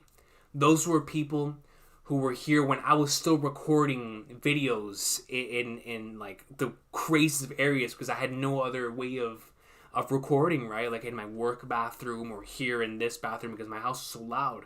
Only quiet place in the house, and I had to talk about greatness and nothing was going to stop me, right? So, and these are individuals who have been with me from back in those days in the worst possible quality to now. And I know our equipment hasn't gotten much better, but by the Flagnards, it means the world that people have been with me for the past 10 years. And so the fact that there's individuals like that have been here for that long, and people still coming here today, it's that means the world to me, man. So LJ, nothing but love to you, yo, and cheers to more greatness together, my man. And then, of course, this messenger Sabo, the Lord made us read the chapter, today the throne shall be yours, King. It's like, it's crazy. It's crazy, yo. Oh my goodness, man. Streito-sama. The legendary manga detectives. Another person that, like Venom and Nick, has been with me for all of these years. As a matter of fact, ladies and gentlemen, this person right here was the one who told me to do the afterthoughts in the first place. I was thinking about doing like a review type of thing with my reactions, and the idea came about to create some sort of consistent afterthoughts, because I used to do afterthoughts, I just didn't name them that, or like for like the Sabo chapter, the Gear 4 chapter, and stuff like that. But after receiving that comment, like, yo, you should do afterthoughts, I've been doing them ever since. And so, nothing but love to you. I still need to watch Major, unfortunately, but I'm going to read the comment here. It says, been here since 2013, so sending a bit as an appreciation for the 10 years of entertainment. That means the world to me, brother. You know how much love I have for you. 10 years we have known each other, man. You've known me since the days that I was a squeaker. You know what I mean? And the fact that we're still together, it really means the world, yo. So thank you. Thank you for still being here, dog. That's crazy, man. That's absolutely insane. Like we've been here for so long. It's nuts. Nothing but love to you, yo. I almost brought a tear to my eye, man. This, you guys are the best. Recon, my dog, comes in with a 10 and says, love your content, dude. Gonna drop a theory after your reaction. Oh, I'm so excited to read that, Recon. So excited, yo. But I appreciate you for the kind words, man. Truly, Recon. San Eto. Another person who's been with me for a mad long time. Comes on the 550, says, been here since the very first channel, all the ones after, from the big three to JoJo to Tokyo Ghoul, Toriko, Gintama. Massive congrats, brother. Man. Not even going to call you Seneto. Black Reaper-kun. As you were called before, man. Nothing but love to you, bro. Seriously, man. Seriously, bro. We've shared so many incredible moments together. Like you said, from the big three to Tokyo Ghoul to JoJo to Toriko to so much of that. Those Toriko streams were the best, man. They were so much fun, dude. I appreciate you, Sen, man. Thank you, yo. J. Manuel RM comes in. Says, felicidades, coach. 10 years being the king, man. Yo, muchas gracias, yo. Muchas gracias. J. Manuel, that means a lot, man. 10 years. 10 years of doing this, dude. Much love to you, man. Much love to you. Dude, this is... Dude, we really have been doing this for a long time. It's nuts. Captain Clark comes in with a 5 and says, congrats, matey, in the 10 years. Love to you. From one college goober to another, we have to carve time out of that schedule to watch unadulterated peak fiction. You know how it is, Captain Clark, man. You know, carving out time to do this stuff on a weekly basis is a tough thing in and of itself. But no one will ever take it away from me. Ever. I can tell you the first people I should apologize to in regards to this YouTube journey are the members of my family and my friends that I've had to sacrifice quality time with them to do something that I love to do, which is this YouTube stuff, man. So many times within the last 10 years, there was an event I didn't go to, or something that I didn't go to, or that I wasn't able to make time for, whatever it was, because I was either editing, recording, doing a stream, a collaboration, whatever it is, because it's important to me. This YouTube stuff is genuinely important to me.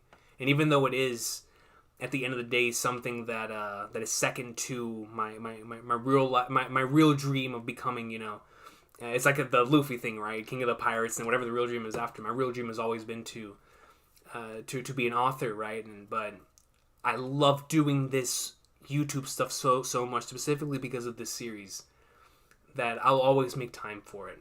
And so I know what it's like, Captain Clark, that no matter what, no matter how much craziness college is throwing your way, you've got to make time in your schedule for the peakest of peak fiction, man.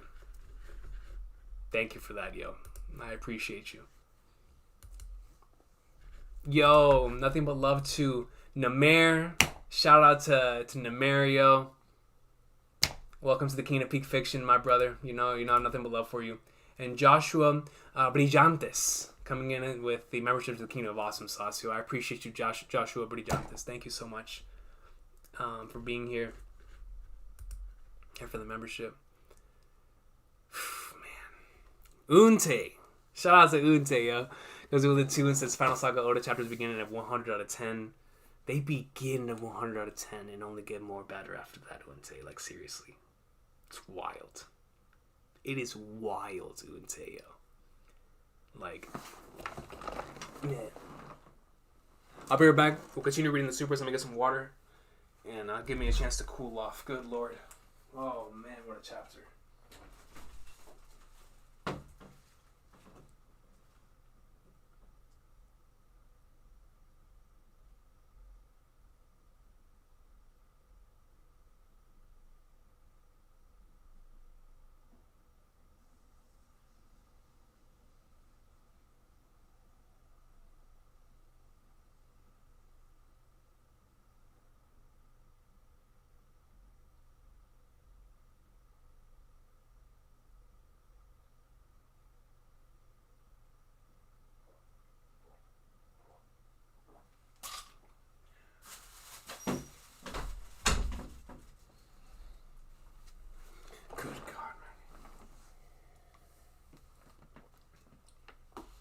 Bar M. Shout out to Bar M, yo.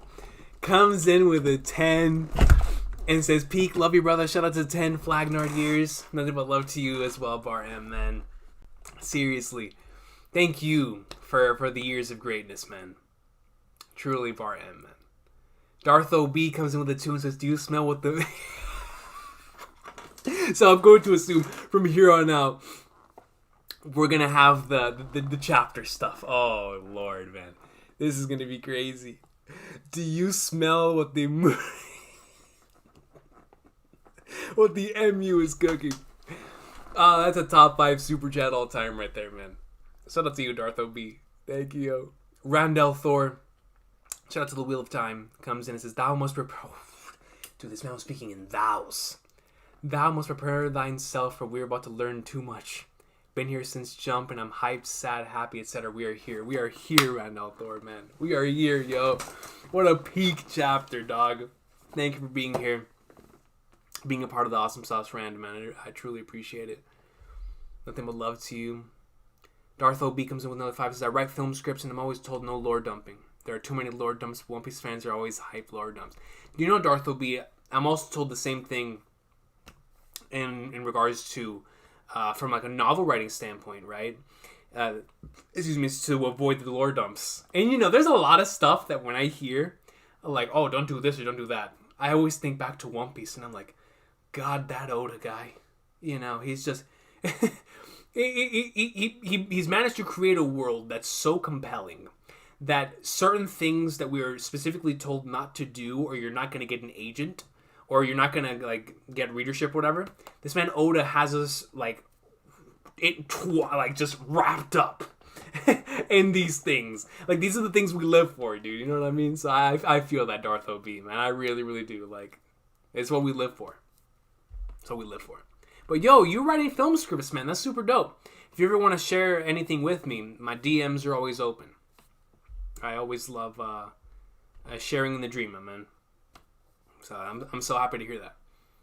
Then Semester Sama comes in with a 5. And, dude, can y'all believe this? Can y'all believe this? Wait a minute! Now that... Wait, hold on. Wait. Yo, Semester Sama, give me a sec. Let me go back to last week real quick. Wait just a minute. Hold up. Give me a sec.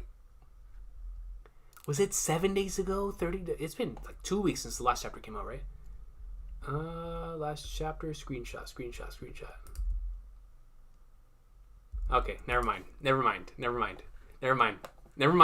It's for something else. Regardless, Instant Sama says Cobra had to go. Can y'all believe that? Instant Sama themselves comes in and says...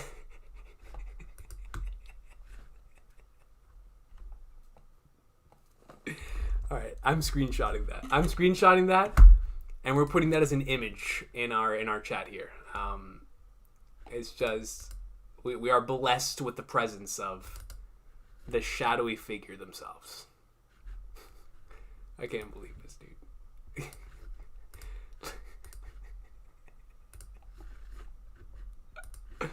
Hold on.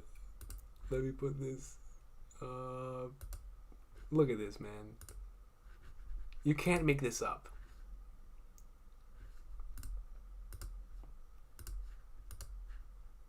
Look at that. Let me put this down here. Look at this. What a sicko.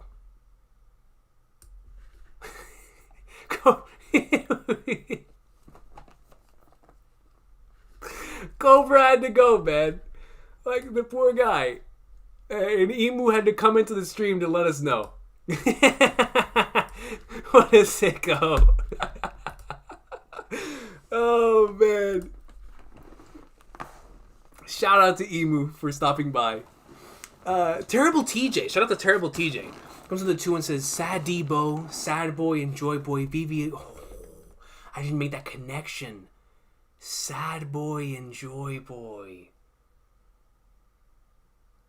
Wow.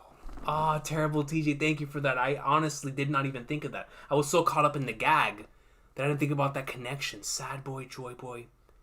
Vivi about that D. Oh, you know Vivi's about that D. You already know. Nefertari DVV. Goatness, baby. But thank you, Triple TJ. I appreciate you. That's Sad Boy and Joy Boy stuff. It's crazy not you bring that up. I'm gonna have to think about that. Shout out to Sarah Wagmare. Comes in with a 110 and says, imagine after hearing all this, Dragon says we gotta go meet Luffy now. So you're telling me when we oh Lord, I just thought about that. You're right. We're cutting back to the present after this, most likely. So if we cut back to the present, oh man, we're gonna have this context. What is Dragon going to do? And Dragon's like, yo, now we gotta go meet up with the king. Yo, Sarab Wagmare, if that stuff starts popping off, man, we are in for the peak. We are in for the peak. The actual peak. Dragon's reaction is going to be nuts. Nuts. Thank you, yo. Darth B comes in and says, Sabo with the smoother fisting on Manchester United. Yeah, listen.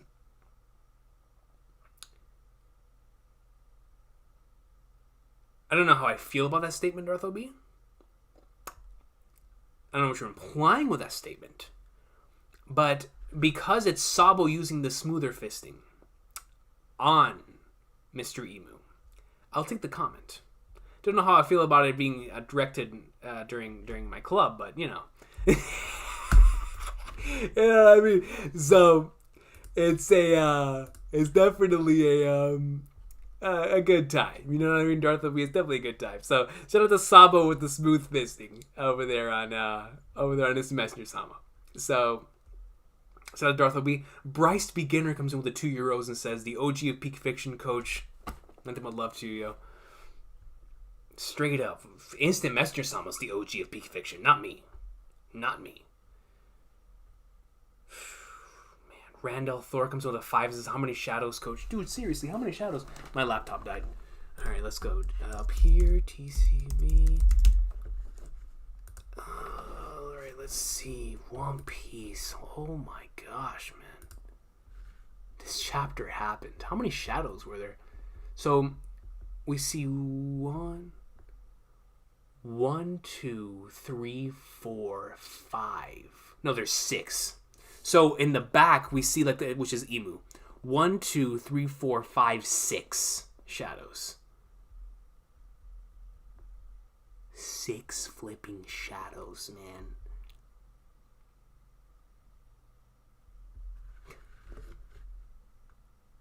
I can't believe these guys went from pulling out Glock 30s, their swords, into transforming into blobs. Shadowy blobs.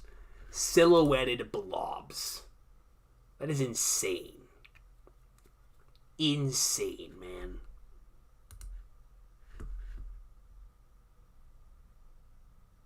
I'm going with 6, Randall Thor. Going with 6. Darth O becomes another 2 and says, I see a legendary bird ghost Pokemon silhouette. Me too, that's what I'm saying. Like, yo, look at this thing. It looks like Ho-Oh. Like, dude, you can't tell me this one right here on the right doesn't look like what was the other one? Like Lugia or Zapdos or Moltres. Dude, they look crazy. Who in the world is the bird? The bird is the one the bird and the one that looks like Onigashima have me so interested. The one on top is very spooky, which I'm going to assume is Emu. It is very, very spooky. Which one is Garcia Saturn? Man. Crazy stuff. Crazy stuff. But you're absolutely right, yo. Definitely mythical, or the legendary bird ghost Pokemon for sure. Sabo Agmar comes in with a 110 and says, I think Gorosei are sentient extensions of Emu. That is fascinating. If that's true, Sabo Agmar, that adds so much more to Emu. Sentient extensions of Emu. That's a fascinating... And that's why they all share this type of I mean, I'm going to assume the shadow thing is really just a silhouette. But if it really is like shadows, or like a nightmare type of thing, then that's crazy. And there's just sentient expressions of or extensions of Emu. That's wild, Sarah. I didn't even think about that. Goodness gracious, could you imagine? And Darth O becomes another 2 and says, I see a mythical bird ghost type Pokemon. Literally, bro. I mean, ghost type for sure, and most certainly mythical bird. That's my favorite one so far, for sure. Jack Meoff comes in with a 5 and says, Nefertari D. Lily gonna be a little Liverpool.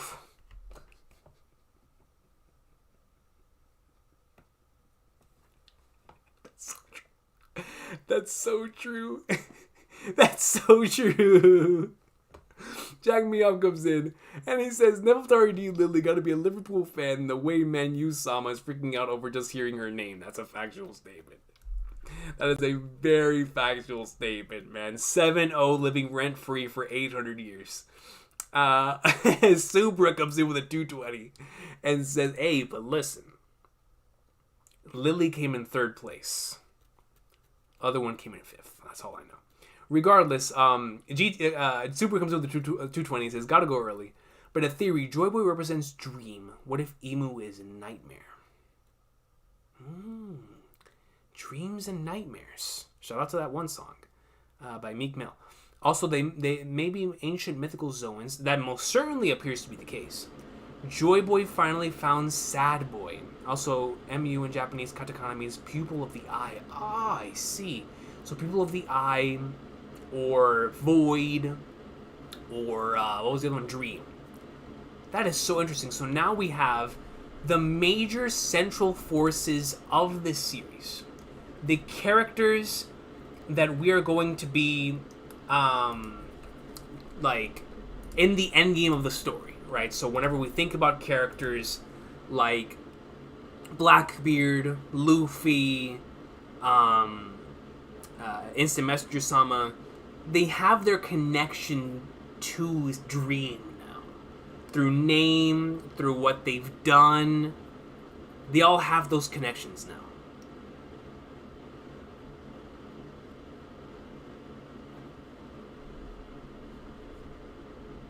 So true, Subra. So true. Emu Nightmare, Joy Boy Dream. I like that. I like that a lot, actually. Thank you. Darth OB comes in, says, Nefertiti, D Lily, female D sexy. I mean, listen. As far as I'm concerned, every single individual with the D in their initial so far has been a sexy individual. You know, just look at the roster. Look at the roster of individuals who have D in their name and tell me that isn't true. They're all rocking extreme levels of sexiness, alright? Because we're goated. We're goated. Myself included. Miles Smiles comes in with a 2 and says, "Go look at chapter 1075 and tell me that isn't Saturn." The blob thing! In the camera, right? The blob thing they captured in the camera! Yes! Which one? Which one is Saturn? Oh god, you're right. Let me go with chapter 1075. Oh, we were wondering what that was. That's so true. Hold on. One Piece. 1075. 1075. Which page was it again?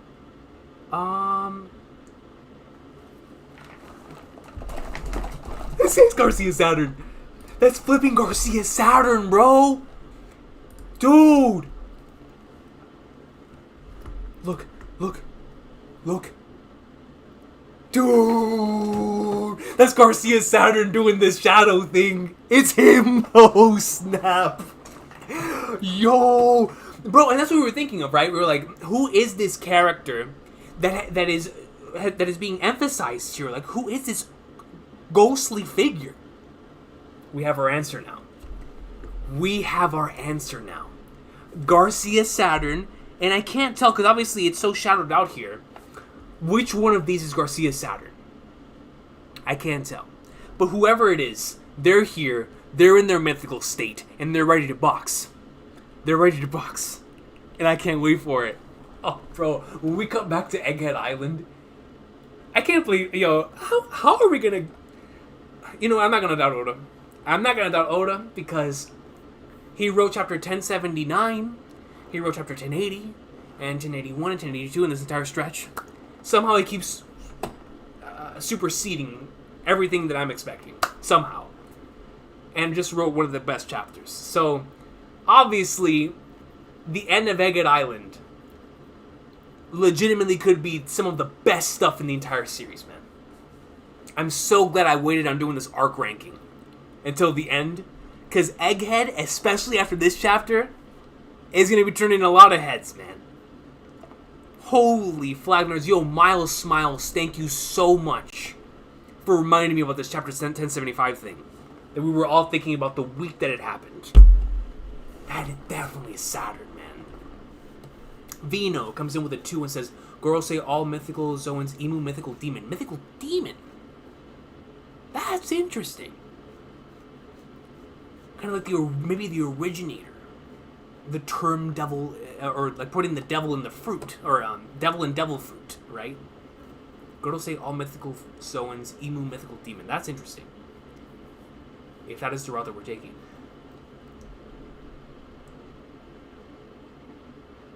That's a fascinating comment, Vino. That actually does bring up a few different ideas for what Emu could actually be. What in the world is Emu, dude? What is Emu? That's crazy.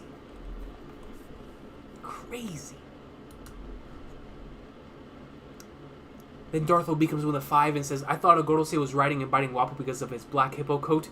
Really? Oh, let me look back at the Wappo thing. Oh, I see. Yeah, I could definitely see that, honestly. I could definitely see that. Most certainly Darth OB. Randall Thor comes in with a 10 and says, I'm just saying we don't know the full lineage of Nami, Zoro, SBS, but still. Frankie, Brook, and screw it. I still think Usopp and Yasop are D. Also, Luffy and Jinbei sharing blood. Drunk theory. Ah, yo, Randall Thor, you could be cooking there. Could be cooking there. Luffy, Jinbei sharing blood? Might be onto something, Randall Thor. Might be onto something, Randall Thor. Thank you, yo. Recon comes in with a 10 and says Imu has a nightmare power. I like that idea, Recon. Going off the Subra thing. Imu has a nightmare power. He has the entire world living in a dystopian reality they don't even know about. Maybe once someone learns the truth of the Void Century, Imu loses some aspect of control. Oh. It's all about the belief. Once that starts getting shattered, I like that idea. That goes into the whole oppression thing that Oda's really trying to emphasize here with Instant Messenger Sama.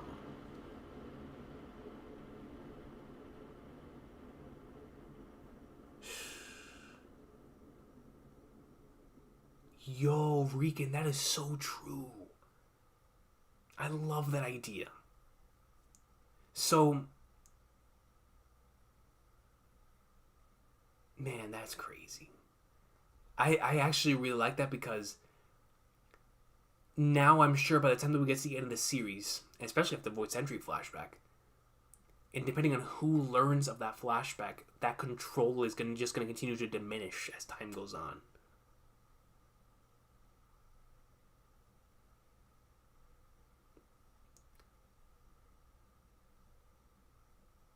Great comment, Recon, man. That's some real food for thought right there. I think that is super cool. I think that's super cool because it can reflect aspects of reality, or at the very least of how Oda wants to showcase reality through in his manga. We know how much he's done this so far. I like that a lot, man. But thank you. And Rand, man, I'm still thinking about that Luffy and Jinbei thing, dude. That's some crazy stuff. Darth B says, which arc is not one of your favorites, King? We'll talk about that when the arc rankings video comes around. Even though I like every single arc in the series. It's just there are some that I like more than others, I suppose. But an arc that's not like one of my favorites, tune in next time, Darth B, for our arc rankings. And see which one's in the bottom part of the list. Which... At this point, I don't even know when Egghead's ending. Whenever Egghead ends, we're doing that arc ranking. So that's when we'll talk about that stuff. But I appreciate you, Darth Obio, on that. Then RN comes in and says, congrats on the 10th anniversary. You are the best. This community is a reflection of that. No. That is not factual. I am not the best. But this community is a reflection of what makes this experience so special. That is 100% factual. 100% factual. This community is a reflection. It is the reason why this weekly experience is so special. No question about that on our end. No question. Goated chapter, our end, man. But thank you so much for the kind words. And nothing but love to you and the community, man. Seriously, RN, thank you. Bar M comes in with a 5. Says, as soon as I saw Emu say the D moniker, it was the best chapter of the year for me. Honestly, that might have been what sealed it for me too, yo. That part, like that page, was peak fiction, zenith fiction, man. Oda mastered the grill. We're at the zenith, coach. We are, Bar M. I mean, dude, I still can't believe this chapter happened. This was like everything I could have ever dreamed of and more. You know how long I have, like, speculated on, especially after chapter 108, Emu doing anything? And you look at all the stuff we got in this chapter, man. I never would have thought that Cobra saying what he said would lead to what we got in this week's chapter. Wow. Wow, man. I mean, absolute insanity, yo. Thank you, Barim. Alexi Ungarunasu, yo. Shout out to you, and thank you so much for the gifted earlier. I appreciate you. Same thing to you and to our end. And everyone who did that earlier, I truly appreciate y'all. And with 11 Canadians, says, happy 10 years, coach. I only joined in the past year, but it's already been an amazing journey with you. Nothing but love to you, Alexio. Seriously. Also, it looks like we might get Netflix show preview on June 17th, the Tudum event. The Netflix show as in like the live action show? Really? June 17? That's in like a week? Or 2 weeks. That's in 2 weeks. What day is that in the week, actually? Will I be home? June 17, that's a Saturday. I might be home. No, it depends on when it comes out. I won't be home. I won't be home. So whenever it does come out, I'll have to, if they do show a preview thing, of course I'll react to it. But it might be later on the day. But I didn't know that. I didn't know that we might get a Netflix show preview that soon. I know we got the poster, the live action poster, because I saw that before I logged off for the week. But I didn't know we were gonna preview. That's super dope. That is super, super dope. Thank you, Alexio. Darth LB comes in with the 2 and says, Emu sucks on Sabo's Fire Fist. And I mean, at this point, I think that's in like the best way you could ever imagine. Emu took the smothered mate, the checkmate.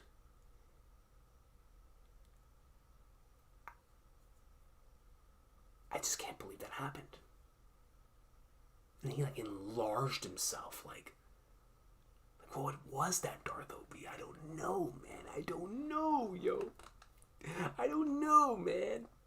Mike Ross comes in with a 14 and says, what if Lily had the pawpaw fruit to scatter the poneglyphs? Mike Ross. Giga brain theory.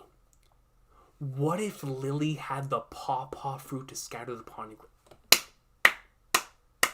And that's where we're getting this before the Kuma flashback. Lily. Wow. That is a part of my headcanon. That is a part of my headcanon. From here on out.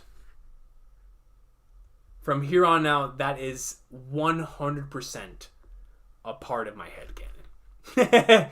No question. I think that is a fantastic theory, Mike Ross. What if Lily had the pawpaw fruit to scatter the poneglyphs? That is so brilliant that I honestly do think that feels like the only way the poneglyphs get scattered to multiple different locations at one time. And it would be the best way for Oda to utilize multiple different parts of these fruit abilities to his advantage in that way. So it makes you wonder, was Lily down in Wano potentially doing something there with Pluton, right? Because there has to be a reason why Crocodile was in Alabasta looking for that thing. So it's like something down there with Pluton, Lily's there in Wano, the Kozuki clan's creating the poneglyphs with Lily there, Toki gets sent on the mission after that. Oh, I can't wait to get that part in the flashback. Is Lily going to be our POV character when we get to the Voice History flashback, or is it going to be like a few different characters? I'm going to assume it's going to be a few different characters. Where it's going to be Lily, Joy Boy, Emu is going to be a POV character. God, man, I can't even imagine that. Crazy stuff. You know, Mike Ross, great theory, man. Great theory, dude. Holy flagnards, yo, you guys are going crazy. Michael Mickles, man. Nothing but love to my boy, bro. Comes in with a 10 and says, I know it's not necessary, but even though I'm not at my best financially, there's no way I'm not donating something for 10 years of awesomeness. Congrats on the milestone, thanks to the community. Michael Mickles, bro. Like I always tell you every week, man. Nothing but love to you, man. Seriously, yo. For all of these years together, brother. I truly hope for nothing but the best for you. And hopefully, somewhere down the line, I could ever repay you for everything that you've given to the channel, man. I mean, you seriously, brother. Seriously, man. For all of these years. For all of these years, dog. Your presence means the world to me, Michael Mickles, man. So, thank you for continuing to be here. You're one of the OGs. And the fact that you're still here, that in and of itself means the world to me. So, Nothing but love to you, Michael, man. Seriously, to you, your family, and nothing but the best to the future, brother. Seriously. Just thank you, man. Darth Obi comes in with the 5 and says, Lily tripped on a rock and scattered the poneglyphs she was carrying. Maybe she had Boss Beach's fruit and carried them in her. But, well, actually, see, no, that's another idea, right? We have the pawpaw fruit, and then we have the Beach's ability. Or a Beach-like ability of being able to store so many, like, poneglyphs within, like, a tank or something. Or, not necessarily a tank, but within the castle. And like a castle ability. I think that's super, super cool. Like, super, super cool.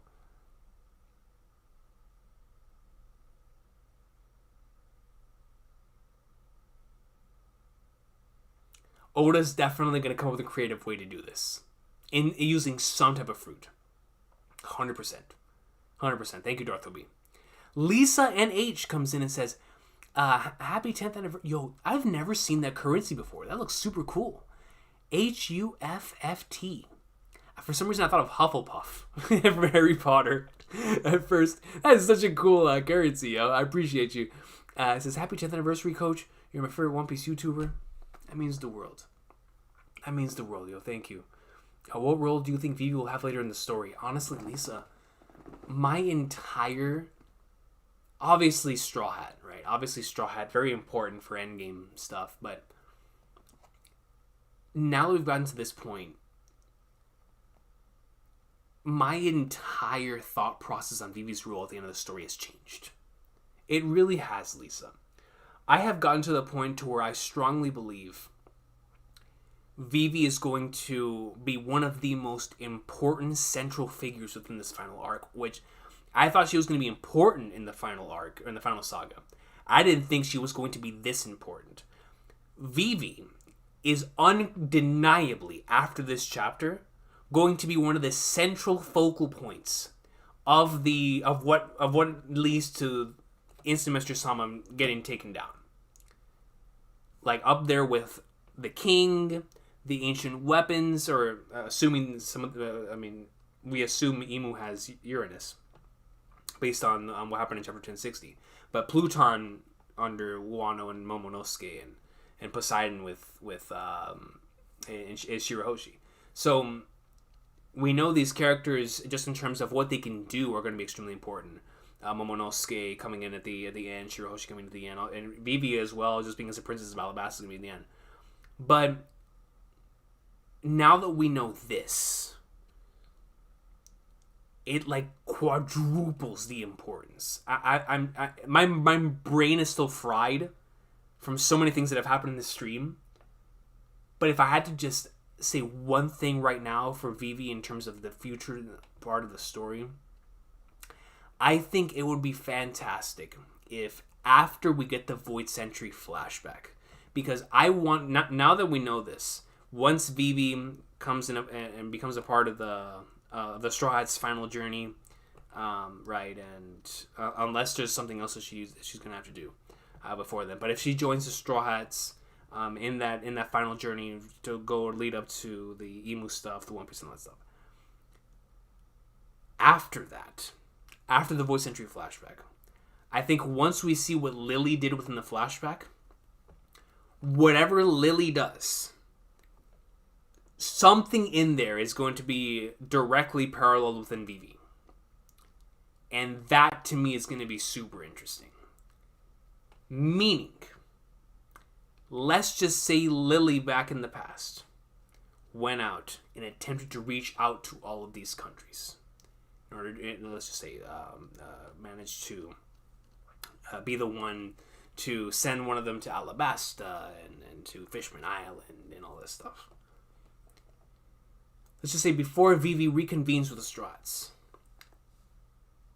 Vivi could be the individual, like Queen Lily did in the past, be the one to connect all of these individuals once more. Meaning, Vivi could be the one that shows up in the final saga, rocking, in order to back up Monkey D. She could be the leading force that brings in Momonosuke, Shirahoshi, all of the people we've met throughout the course of this entire journey, She could be the one that rounds all of them up to get them to the point to where the war is going to take place at the end of the story. That could be her purpose before officially rejoining the Straw Hats, is assuring that each of the individuals that need to be there, that need to understand what is currently happening, gets that information, gets that knowledge, so they have to make their decision and go on about it. Now, whether she leads them directly into battle like a general or something, who knows? But I think relaying that information is most certainly going to be, it looks like it's going to be her job, based on maybe that is what Lily did in the past. And I think that would be such a cool parallel. Such a cool parallel. So that's something I would love to see Vivi do personally. I think that would be really, really nice. Really, really nice. God, man. Vivi. But thank you, Lisa. I appreciate you. LJ comes in with a 10 and says, Lily and Joyboy fought Emu before the attack. They helped the Gozuki write the true history in the poneglyphs. Zunisha then helped transport them all to the islands, which is why Zunisha was punished. So LJ comes up with a different thing. Not the castle, nor the pawpaw fruit, but actually that Zunisha transported them to all the islands, which explains why Zunisha has one of the poneglyphs. And this is why Zunisha was punished. So Lily and Joyboy fought Emu before the attack and helped the Gozuki write the true history on the poneglyphs. I can see that, most certainly. The Zunisha thing's interesting. That brings up a completely brand new can of worms. If that's true, LJ, then what is his final destination? Was Zunisha supposed to go all the way, put in the poneglyphs where they need to go, and then eventually make it back to where the original set-off point was? Wouldn't that have been Wano? But we know the final destination, at least we assume. Zunisha's final destination is not Wano. It's a place that we don't know of yet.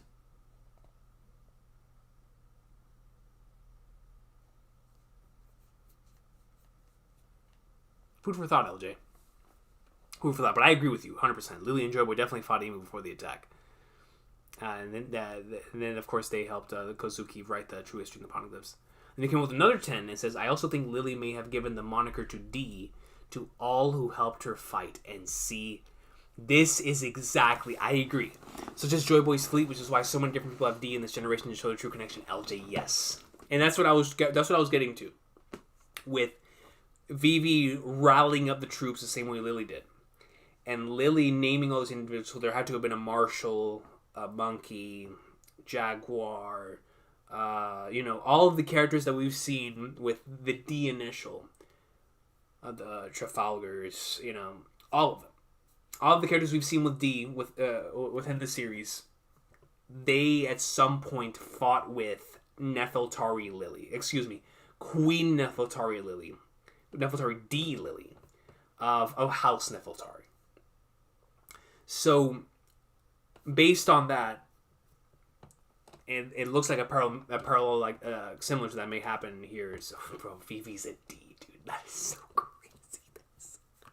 That's so good. But I agree, LJ.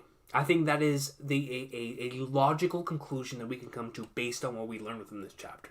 And based on what we know of the enemy of the D will cause a storm, giving this D initial to everyone who is currently fighting against Emu. It's like, then, what does the D, what is it? What is D? I'm so interested, man. So interested, LJ. Even more so after this chapter.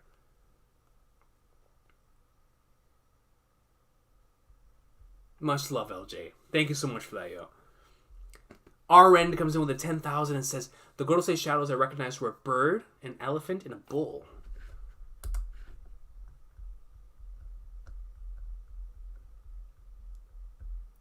Bird. Elephant.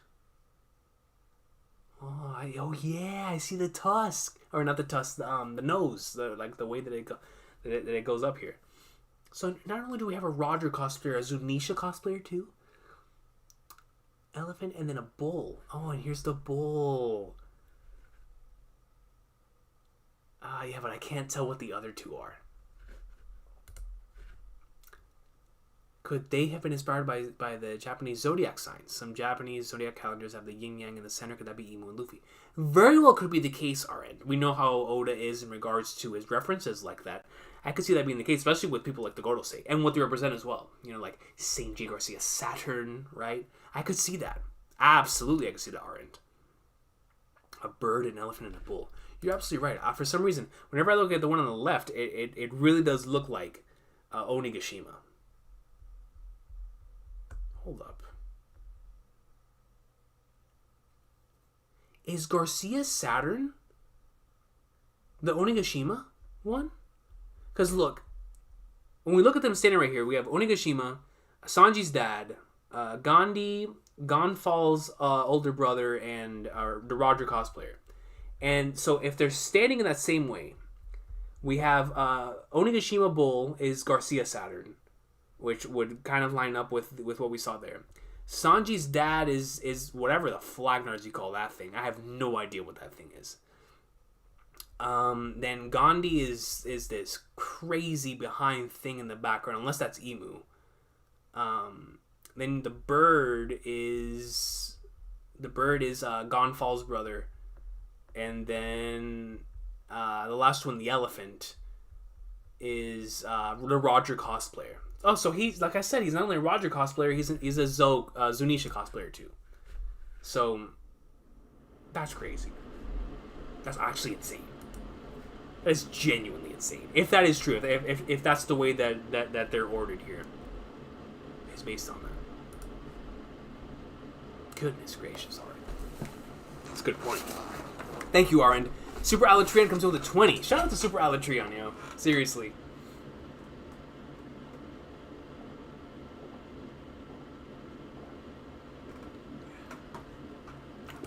Super Alatrian comes in with a 20 and says, I was anime only until 10:43:44. God, what a time to be anime only for. Until those legendary chapters dropped. Finally decided to switch to the manga, and your reaction stood out to me. Oh, really? That's super dope. Been watching you weekly ever since, and you truly are the most wholesome One Piece YouTuber, even going back to your whole cake videos. Super Alatrian, I do remember, I actually brought you up in one of the streams. I was like, yo, there's someone who's been commenting on my whole cake videos, and I thought that was really, really cool. And if you're gonna tell me this story is actually like brings context and puts context to that, that's super, super cool, Super Alatrian. So you were anime only until the Joy Boy stuff, which I imagine was due to the insane amount of hype, right, around that time. Because that was, like, the craziest part in the weekly experience ever. That was, like, the only time... Because the Gear 4 reveal was, like, that 2-week experience was really, really special, right? Waiting for that chapter to drop. But that 10:43:44 thing was just unmatched. The entire community was in a place. It was insane, man. Insane waiting for 10:44 to drop. And end up being the greatest chapter ever. So it's like, what a time for you to catch up and switch to the manga.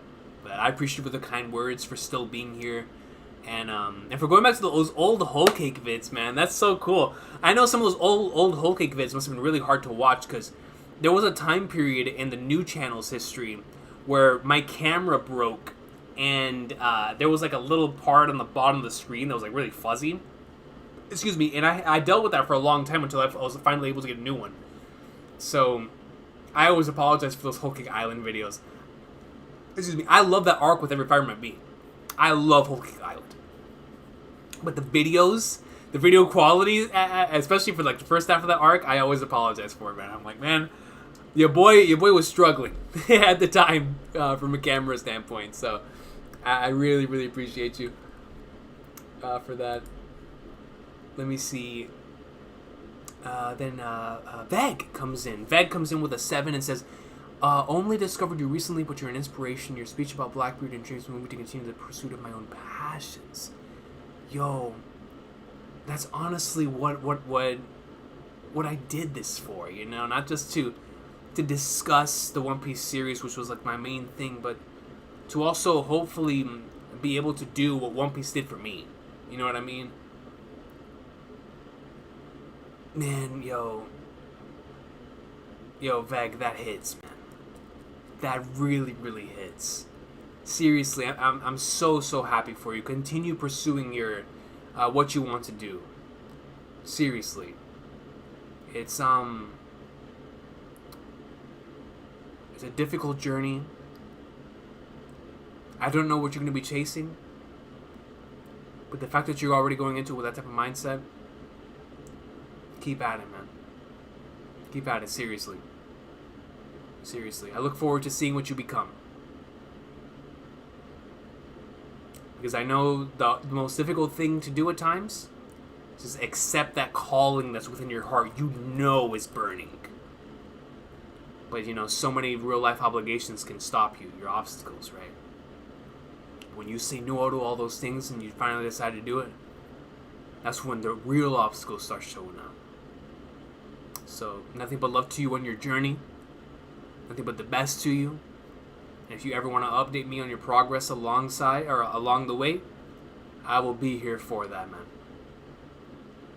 That is so dope. That is so dope, dude. Thank you for sharing that with me. Bar M comes in with a 10 and says, at Char the Dank. Shout out to Char the Dank, man. Seriously. In the chat was saying, check 1075, saying Jay was probably the shadow taking on the snails on page 2 where Shaka's looking at the Yeah, so Bar M, we were looking at that earlier. I can't believe that 1075 thing. Like, that definitely was St. J. Garcia Saturn. That was most certainly St. J. Garcia Saturn. Crazy.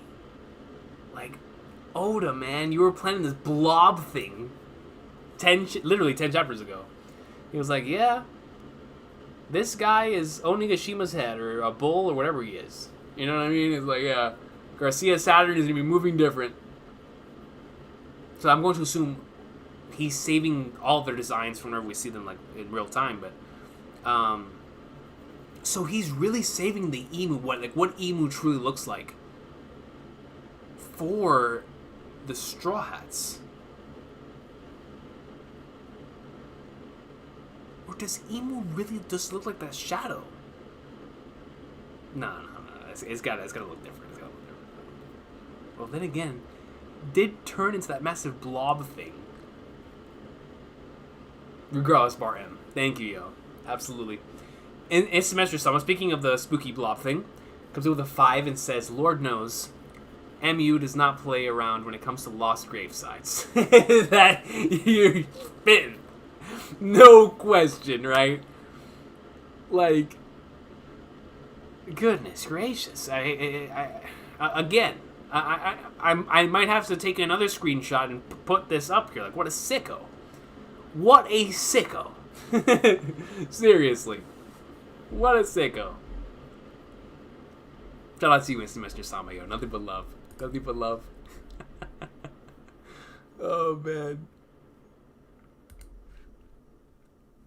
Then Aaron comes in with the 5,000 and says, Oda's possible mythology inspiration. In Greek mythology, Chaos was the primordial god who embodies the void, and she was known as the shadow of God. Her ability was to generate primordial deities. So, very interesting here. Because there is a few things. Now you're talking about embodying the void. Meaning it was a shadow of God. That both of those speak to me in regards to who Emu could be. Right? Then the ability to generate primordial deities. All three of those speak to a potential scenario for Emu. Absolutely. Absolutely, our end. I'm going to have to look up on that. What is that? Greek mythology's chaos. I'm going to have to search that up, our end. And come back with more information on that. That is super cool. Thank you for sharing that, our end. Duran Ross Tuvia comes with the 2. It says, Ronnie Williams? Shout out to my dog Ronnie, yo. Says Greek mythology Nyx. Greek mythology Nyx? What in the world is that? Greek mythology Nyx.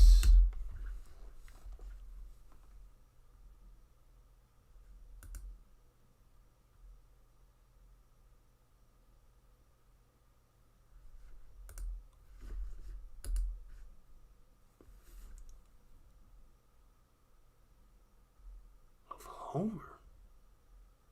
Sky or Underworld. Mother Darkness, Giver of the Night.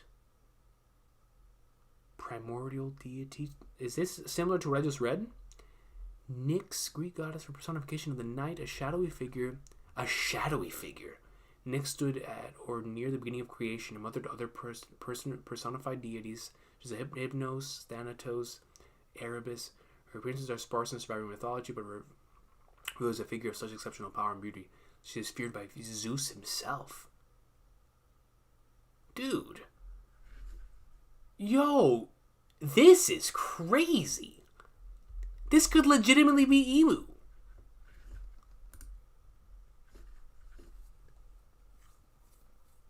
Oh, yo, that's actually a super, super cool idea. Yo, shout out to Ronnie for fighting this. Chaos, Tartarus, Gaia, Eros, Erebus, Nyx. Dude, I'm gonna have to search some more stuff up on this. This is cool. This is actually really interesting. A shadowy figure. Great timing for that and the R-end comment back to back. Thank you, Doron. Shout out to Ronnie.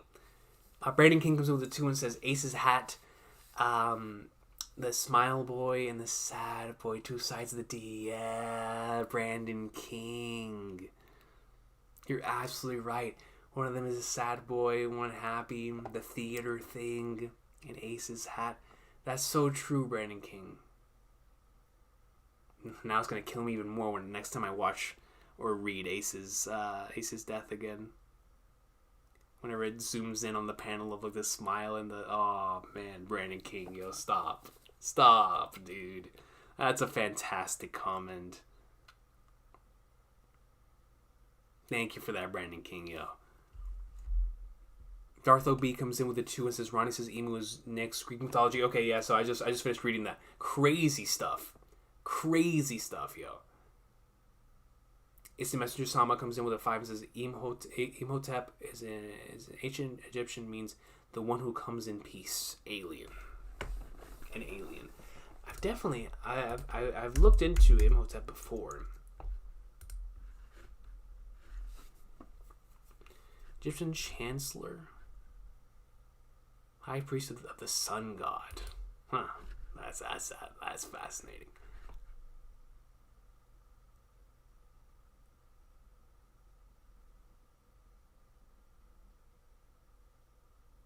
The great author of wisdom texts.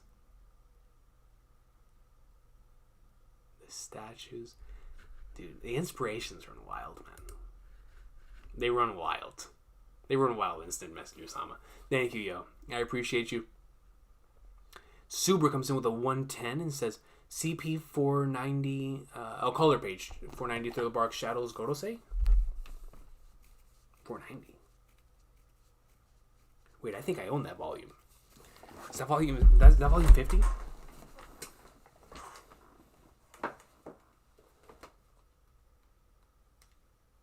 It is.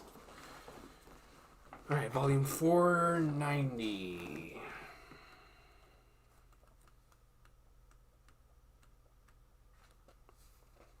And you're saying that the silhouette is here?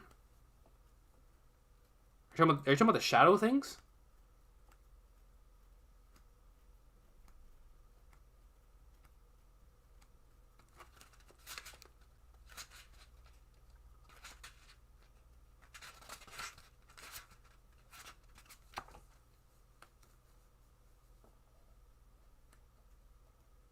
Yeah, the shadowy things.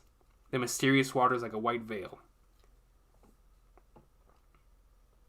Ah, I see. I don't know if these shadows are the Gorosei, but I'm not ruling anything out at this point. Because these things are huge. Shout out to Oda's art in this chapter. Good art. What if Lily came to the future to escape Im and took the name Toki? Oh, so like legitimately changing her name and everything. Oh, that's interesting. I didn't even think about that possibility. Lily changing her name completely, taking the name Toki, marrying Odin. I mean, if hypothetically speaking, if that is true, Momonosuke Vivi, ancestry there, they're long lost brothers, brother and sister.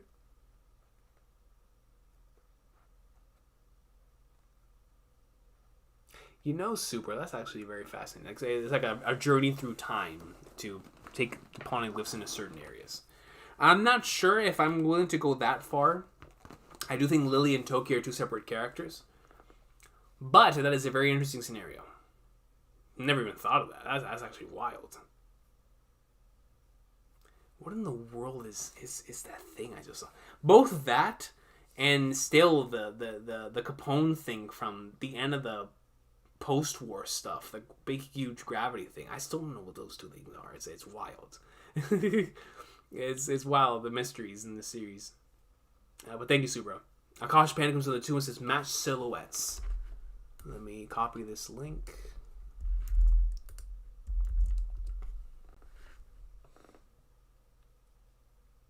Oh, I was right. See? I was right, man. So, Instant Messenger Sama's the big, huge one. And then the one that's in the back. So, 1, 2, 3, 4, 5, 6. Aha. So, yeah, I got him right. Onigashima, Garcia Saturn, Sanji's dad, Gandhi, Gonfall, and Roger Cosplayer. All of them right here. And then Emu. What in the world do you even call that big behind thing, dude? This chapter was crazy. I can't believe it. I honestly can't believe this chapter exists. Thank you, Akash Panda, for doing that for me, by the way. For matching that.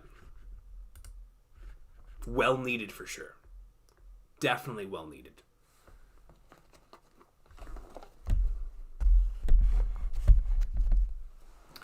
Caleb Brown comes on the 5 and says, "You're one of the greatest creators I know, Coach. I remember getting to talk to you in one of Brago's streams. It was a surreal experience. Love you, my boy." Yo, Caleb Brown, first and foremost, shout out to Brago for being able to bring us together. That is super, super cool. It's always a pleasure, right? Whenever we're able to get together within this community, especially on a platform like that, and be able to discuss your greatness, right? So nothing but love to you in that regard. But thank you so much for the kind words, and nothing but love to you as well, Caleb Brown, man. Seriously, hope you continue to have an awesome sauce of a night, especially after this crazy chapter. And hopefully another one of these days, we'll be able to be in one of those Brago streams again, man. And be able to shoot and talk about some greatness, yeah. Absolutely. Scro comes in with a 10 and says, "Hey, Coach, just wanted to say I look forward to these streams and afterthoughts every week. I'm usually a big lurker, so I don't chat often. Congrats on the 10 years. Much love, brother. Peak Fiction." Yo, Scro, man. Thank you for coming out of the lurk stage to bring this, the kind words and everything that means the world. I know what it feels like to be the big lurker, as I always say to everybody else who normally lurks. I know what it feels like because I don't really comment much on other stuff either. So the fact that you went out of your way to comment this, it means the world. It really, really does. And so, Scro, no problem. Go back to being the lurking legend after this, and I appreciate you so much for commenting this, man. It means a lot. Shout out to 10 years and more peak fiction to come. I mean, after what we just read, we can expect nothing but the greatest to come out after this, right? Goodness gracious, man. Scro, nothing but love to you, yo. Thank you. The lurking legend Scro, everyone. The lurking legend Scro, yo. Shout out to my dog. Mike Ross comes in with another 14 and says, "The silhouettes of the Gordo and Emu similar to that picture from the book where the wild things are." Yeah, that's a good point. You know, I used to love that book when I was a kid. I still think it's phenomenal. But oh yeah, absolutely.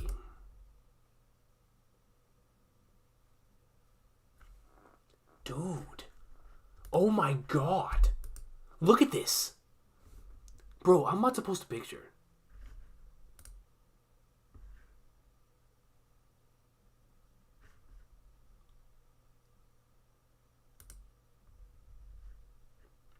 Dude, this is actually nuts.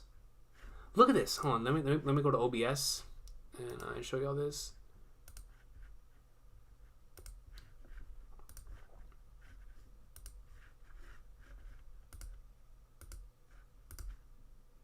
Oh, it's a web page? Can I open it still? I can. Dude, look at this. King and all. Got the bird, the bull. Oh, snap. Dude.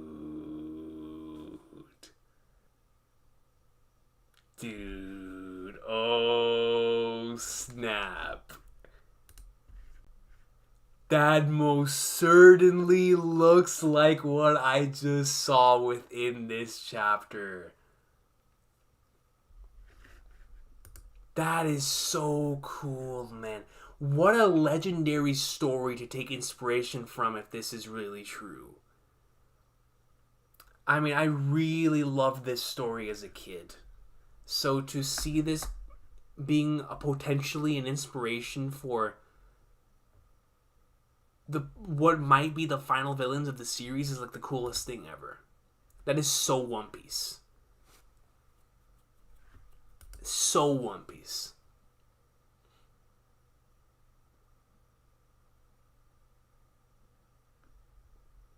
That's so cool, man. Yo, Mike Ross. Thank you for pointing that out. That is so awesome. You just I mean my day was made long ago, but you made my literature loving brain with that. Knowing that one of Oda's major inspirations might have been and obviously Oda's inspired by many different forms of media, but seeing that was like, man, that's so cool. That is so cool, yo. Thank you, Mike Ross, for that. I appreciate you. A semester Sama comes back and says, with the 5 One Piece treasure crews have the Stride Voyage units. Vivi's unit is named Voyage Dream, Queen of Pirates. MU has spoken. Even in third person. That's hilarious. But yeah, I do remember that unit. The Voyage Dream, Queen of Pirates. I do remember that. Dude, she's going to have a unit in the future called Nefertari D Vivi, man. That is going to be... That card is going to go for so much. So much.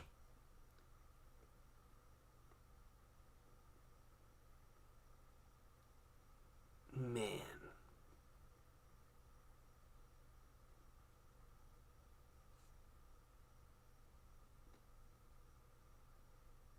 Dude, instant messenger Sama. Now you gotta be thinking about the One Piece Treasure Cruise thing. Oh man, when all this stuff gets there in Treasure Cruise, a lot of money's gonna be spent. A lot of money's gonna be spent, yo. Thank you, Instant Messenger Sama. Thank you for your presence. LJ916 comes in with the 5 and says, Zunisha's final destination is the ancient kingdom that was destroyed. I love that idea. Which is why he won't stop walking until Luffy recreates it after beating Emu. So Zunisha will not stop until the ancient kingdom or a brand new ancient kingdom is created. That is interesting. That's very, very interesting. It goes like kind of hand in hand with something else I have in mind.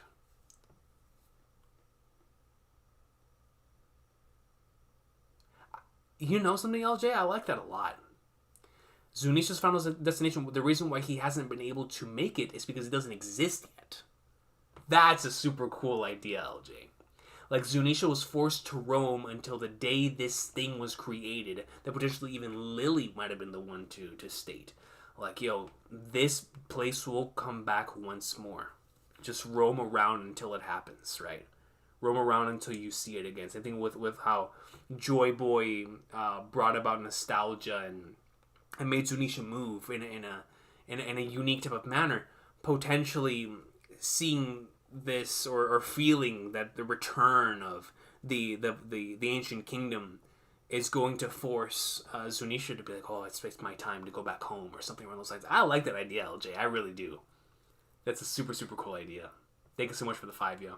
Super Trian comes in with the 5 and says, this chapter infinity out of 10, but I hope Emu is not demon/devil. Trope overused in shonen manga has become generic final bad guy title. Hope Emu's human immortal. You know, to be honest with you, Super Alatrian, I really hope we stay, going back to what was talked about earlier with going into mythology and these godly type of beings. To me, I'm right there with you where I would much rather prefer Emu to be a godly like figure, even in design, because to me that represents what Oda's trying to say here with a character like this. And it hits much harder if it is a character like that, like what was stated earlier. Even in like a nightmare state like that, because it still is someone who is attempting to keep control over a region, an area like this. So in that regard, I 100% still want it to be exactly what we've been talking about this entire time, and would not want it to be, like you said, a demon/devil type of thing. But Oda can make anything work. But I don't think it's that. As a matter of fact, I think this chapter has forced me away from that idea. That potentially could have been an idea before.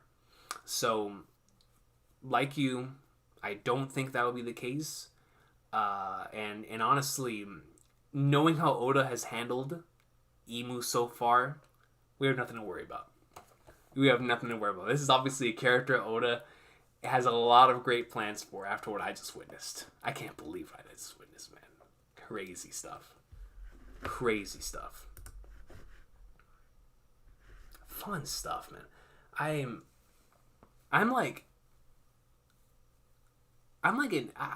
Like, you know, whenever you're just so out of it, you don't even know like what to say. That's me right now with this chapter. It's crazy.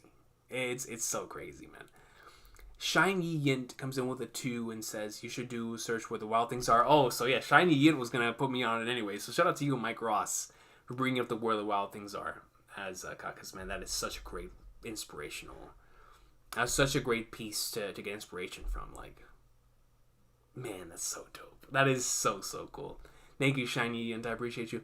Super comes in with a 110 and says, what if Shanks is the son of Emu? Oh, wow. Super goes straight for it. What if Shanks is the son of Emu Figureland and was sent to the future by the power of Toki, and she came to find him, continuing from the last one? That is a crazy theory. Shanks, son of Emu Figureland from in the past, was sent to the future by the power of Toki. She came to find him. That would imply that she would have had to arrive near God Valley and left Shanks there. And or, actually, no, not necessarily. Could have just sent him to the future, and then Shanks himself would have like popped up in God Valley, and all she had to do was just remain somewhere around there. If something like that is even close to being true, that is wild. What could you imagine? Emu Figureland? Shanks the son? That would add a lot. I'll tell you what, that would add a lot to make many things make sense, especially if the Gorosei knew. Like, no wonder this man was able to stop the war. Are you kidding me? Freaking son of the Gorosei, or the son of the Emu. But we'll see what happens. That is a crazy theory, though, Super. First time I've heard that. That's for sure. Goodness gracious. Can you imagine that? It's a wild statement. Holy flagnards. Mist comes in with a 5 and says, congrats for the 10 years of greatness, brother. Found your channel through that hype Shin video. Oh, man. Shout out to that Shin video, dude. Love being here for all the fun streams ever since. Mist, thank you so much for being here, man. Nothing but love to you. And thank you so much for the kind words and for being here, dude. Yo, shout out to that Shin video, though. Now that you bring that up. The Kingdom stuff, man. I miss doing Kingdom, dude. Hopefully we can get back to doing Kingdom again soon. But, man. Yo, we caught up on the supers, y'all. Yo, to everyone who supered, everyone who gifted memberships, yo, this stream, this chapter was legendary. This is an all-time chapter. But you guys made this, like, all-time special. Like, what a crazy stream, man. This stream was insane. Goodness gracious. Bro, my throat is cooked. It is cooked. But it's so worth it. It was so worth it, man. Goodness gracious.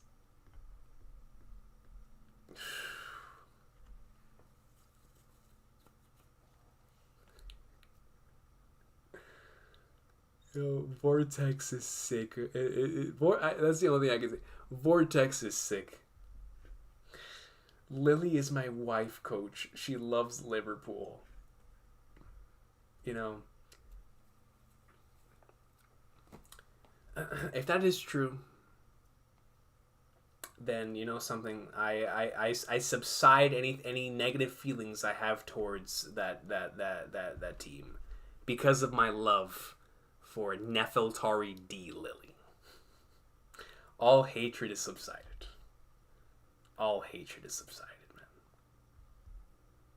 All of them. Senatro comes in with a 3 and says, Imu has the mythical Yumibozu fruit. Yumibozu from Gintama?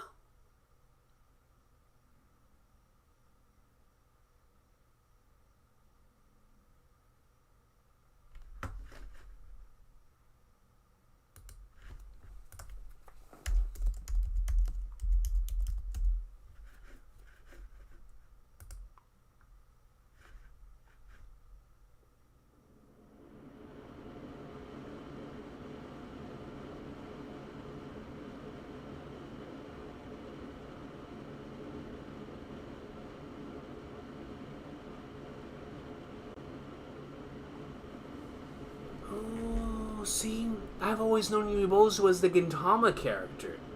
Let me read this. This is fascinating. Yumibozu, sea priest, is a paranormal phenomenon or yokai from Japanese folklore. Other names include Yumihoshi, sea priest, or Yumi Nudo, sea priest. Little is known of the origin of Yumibozu, but it is a sea spirit and as such has multiple sightings throughout Japan. Normally, Yumibozu appears to sailors on calm seas, which quickly turn tumultuous. It either breaks the ship on emergence, or demands a bucket or barrel from the sailors and proceeds to drown them. The only safe way to escape in Yumibozu is to give it a bottomless barrel and sail away while it is confused. That is wild, but it is so Oda. So Oda.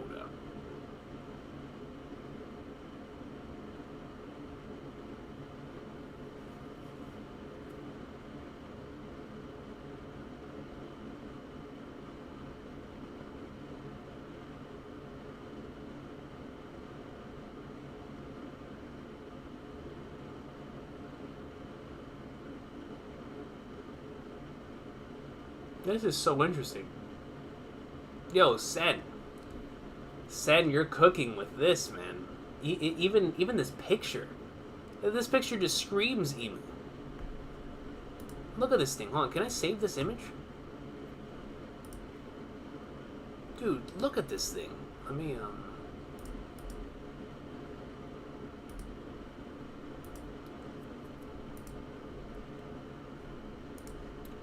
Look at this image that they have for the Yumibozu. Look at that. That is straight up shadowed out Emu.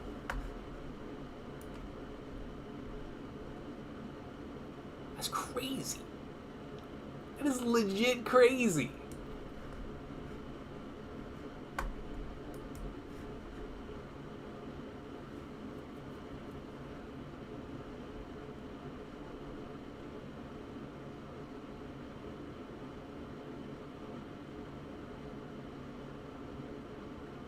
Yo, Sen, you're cooking. Sen, you're cooking. I like this a lot. Yo, there's been a lot of great theories in this stream, dude.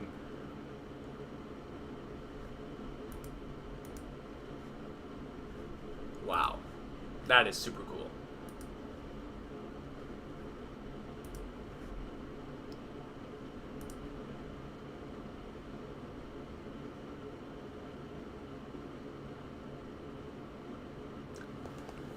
Yo, shout out to Emma M.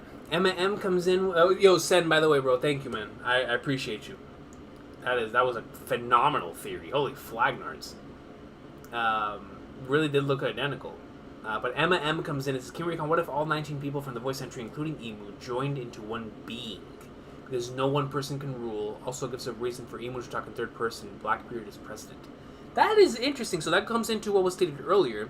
I believe it was Sarog Wagmere who said that that is a possibility that the Gordos are like extensions of Emu. This is sort of like that, where multiple different individuals became one person. So it's not really just one person like ruling over the world. It's the original 20 or 19 that became literally one being. And that would explain why they're talking third person. That's interesting, man. That's actually very, very interesting. Yo, Kev, my dog, what's good, man?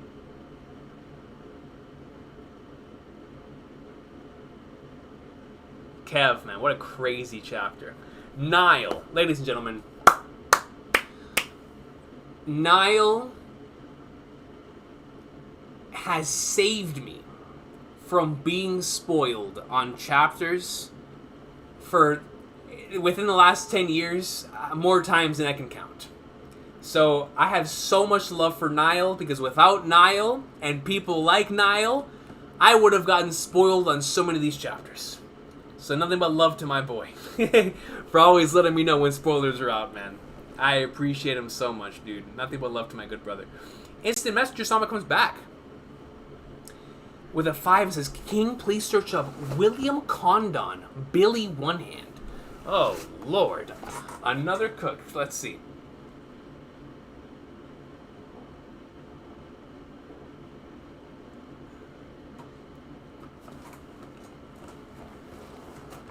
Let me see. So before I search this up, Subra says, achievement, we have reached 500 likes. Like, oh, really? That was really cool. Like the love stream, we had 800 viewers. What's the high? Oh, wait, 800 viewers today? That's super dope. That is super dope. Our community is the best. Undeniably, Subra. Our community is the best. That's super dope, man. Let me search this up. I'm saying, Galtian, like, we're gonna be going crazy looking at all this stuff. So, live stream, William Condon. Billy Condon. And, what was the other thing? Billy One Hand.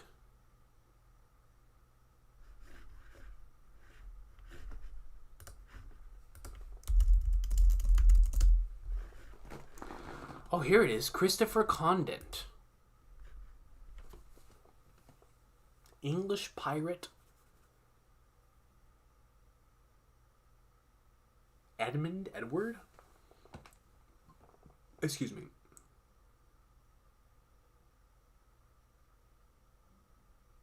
The Duke of York.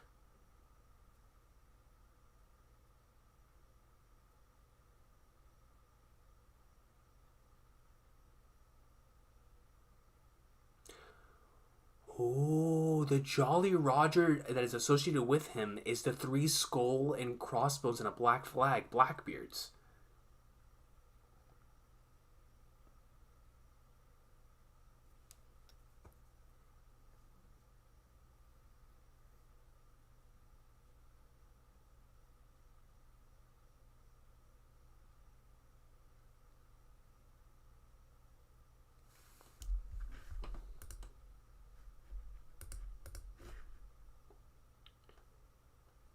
Yo, Instant Messenger Sama, this is really cool. I've never seen this before.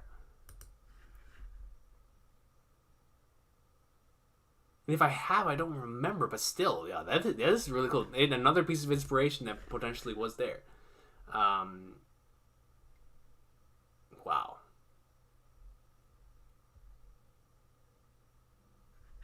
Dude. I'm gonna have to save this. I have to bookmark so many things that we talked about today. I have like 50 tabs open. Greek mythology, Nyx, where the wild things are, Yumi Bozu. Yo, this is crazy, man. Dude, I'm not gonna be home this weekend either. That's what sucks. Because now I'm gonna want to read all this stuff, cook in the afterthoughts, but I'm not gonna be here. So it's like, man, I don't know what I'm gonna do, dude. I'm gonna have to record like I have to do something. I have to record something. This chapter was too goated. I just hope by the time I do my afterthoughts, the chapter spoilers are not, which most likely is going to be what happens, because I'm not going to be here. But thank you, Instant Messenger Sam. I appreciate you. Then Alex Huang comes in with a 11, and it's the first super. Shout out to Alex Huang, yo. I appreciate you. D might be related the emoji. If you look closely at the characters when they smile, it looks like a D. Absolutely, Alex. Especially Luffy and Roger, yeah. They have like that big, wild, open smile. Maybe the D clan wants to bring smiles to everyone around them. Alex Huang, honestly, that more than likely is their major inspiration, right? Or their major motivation. It's not inspiration. Their major motivation is to allow the individuals around them to be able to smile again, right? And I think that's just so cool. So cool, Alex Huang.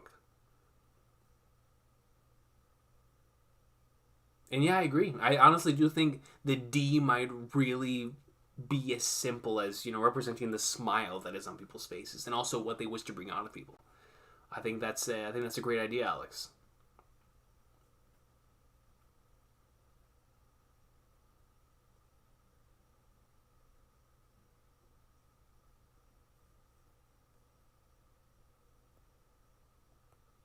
Yeah, that is that is so cool, Alex. But thank you, Alex. I appreciate you. I see Tommy Rod here, yo. Tommy Rod, thank you so much for earlier, yo. I appreciate you. He says, I'm so curious how many books Oda reads per year. Like, seriously. Books, manga, comics, movies, a ton of inspiration. What if Miles Smile says, what if Emu is simply just a shadow and the Gorosei are literally monsters? The forms we saw are the Gorosei's true form. I'm not counting that out in the slightest. Not counting that out in the slightest. It's so weird. Like, why are they kept this way? Is Oda really just saving the reveal from when the Straw see them? Is that why we just can't see them, or is that literally their form? Like, it's Oda's never done this before.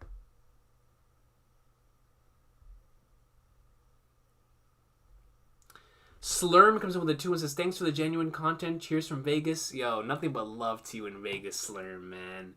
Thank you, yo. Thank you so much for being here and for the support, dog. It means the world. It means the world. Thank you for being here.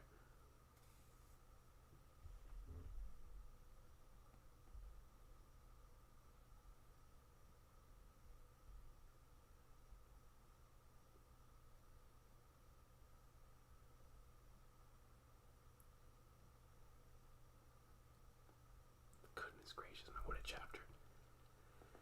Yo, Billy Evans, congratulations to you, King. I watched you already during the old channel. Billy, man, a long journey we've been on, my friend. A long journey. KFP Spooky Clips comes in. Recon, congrats on 10 years, bro. I'm not going to act like I've been here since the beginning, but man, I'm so glad I found you. I work in a parking lot and walk all day, and your vids have been a godsend. Yo, that is so cool. That's actually one of the reasons why I make long videos, is because I also work in a place where I need like super long stuff to listen to. And it just helps me out whenever I'm able to pass the time listening to someone, right? So that's super cool. I'm able to do that on your end, man. That's thank you for sharing that with me. That's super dope. But nah, just like I said earlier, no worries on when y'all joined, or if this is the first video you're watching of the channel. Trust me, I have an equal amount of love for all y'all, man. It's this community is so special. And the journey, wherever it begins with us, and in our journey here on this One Piece experience together, that is our romance done, right? And I'll always cherish it. Always cherish it. Nothing but love to you, Captain Clark, man. Have a good one.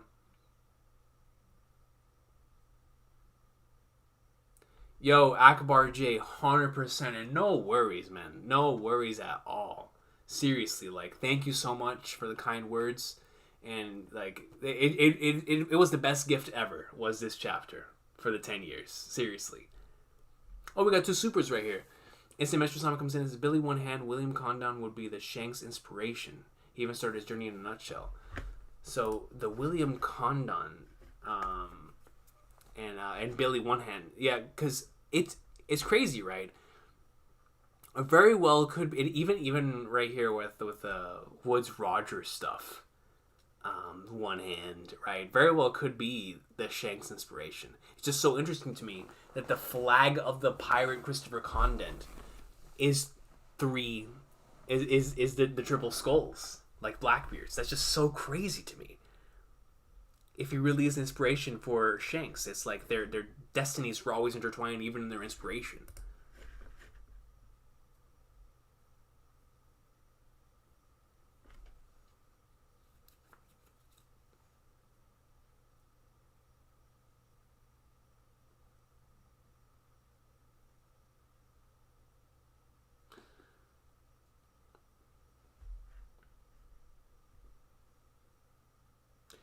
Then Darth B comes in and says, since we're still going, Ronnie said Ace's hat has Sag/Joy Boy. That's the thing that hurts so much, Darth B. It's like, man, Ace's hat now officially has the Sad and the Joy Boy, bro. It's like, now that y'all bring up that possibility, that entire page means something completely different to me now. What I initially thought was a gag is now going to hurt. Like, badly. Badly, yo.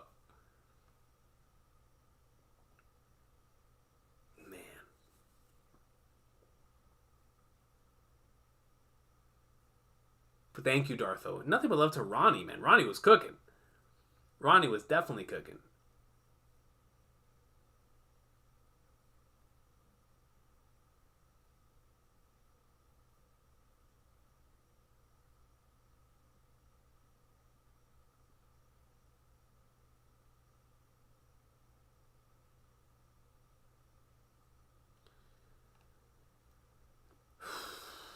Dochi brings up a great question.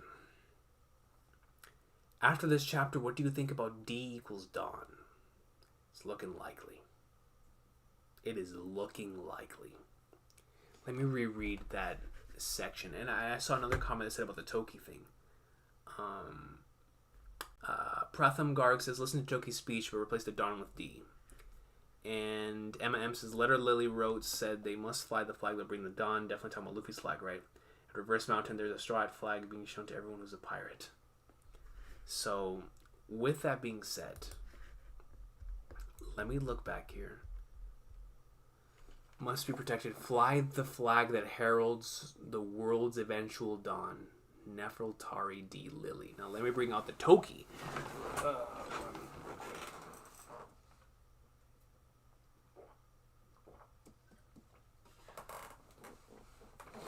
Toki.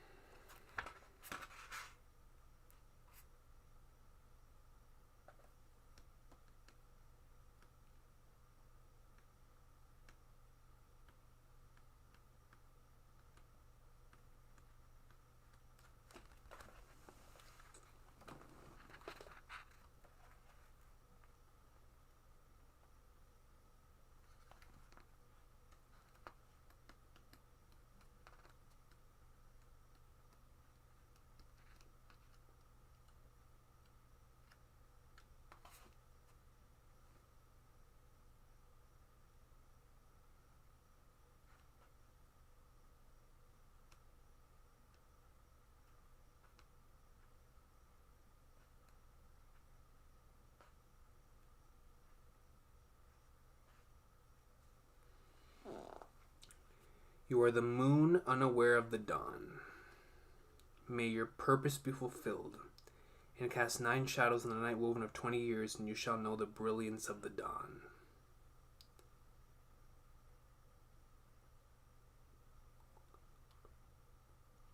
Fly the flag that heralds the world's eventual dawn.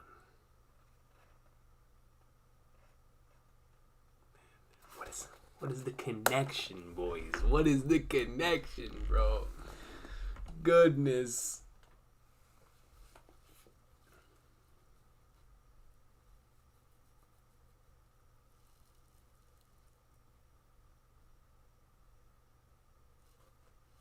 Mike Ross comes in with a 14 and says, "This makes me also question what was Ryuma's role during the time when he was alive.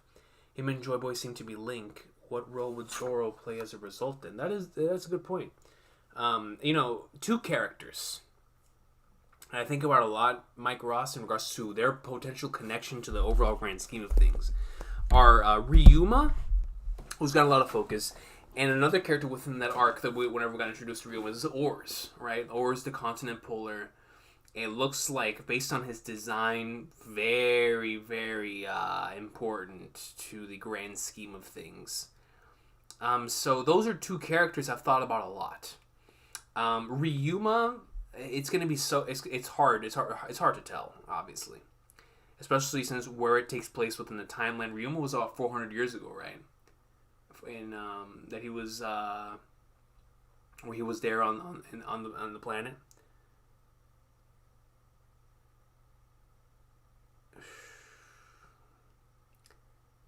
It's like, honestly, I don't even know what role Zoro would play to parallel that, honestly. Considering what Ryuma's role actually is. Because I do think he and Joy Boy are linked for sure. And even if it's through like an ancestral type of thing. But...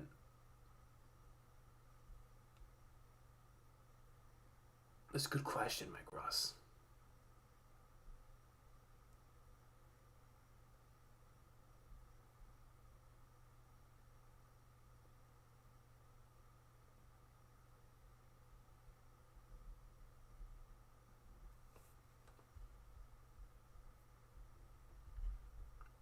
I'm going to have to think about that, Mike Ross.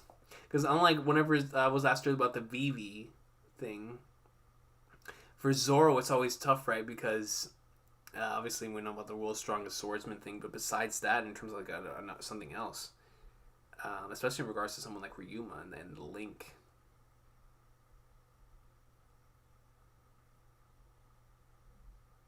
Definitely got me thinking, Mike Ross, that's for sure. Definitely got me thinking. I appreciate you for that, man. Thank you. Yo, Jesus, what's good? Yeah, I'm gonna be ending it soon. It's just the chapter's so insane. We just gotta keep talking. You know what I mean? We gotta keep talking. That's just how good this chapter was. Dawn, from dawn till dusk. That's facts, Ronnie Williams.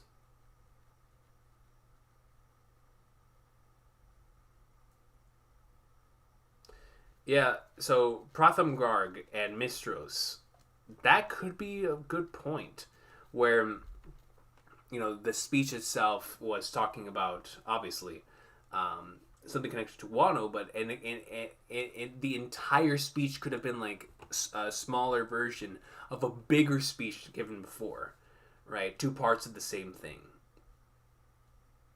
for like a bigger prophecy, right?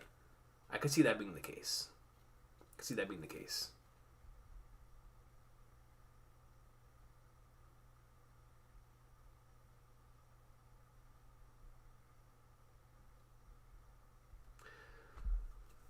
No hurry, the afterthoughts could drop Tuesday for all we care. Hey, Derek, we'll try. We'll try.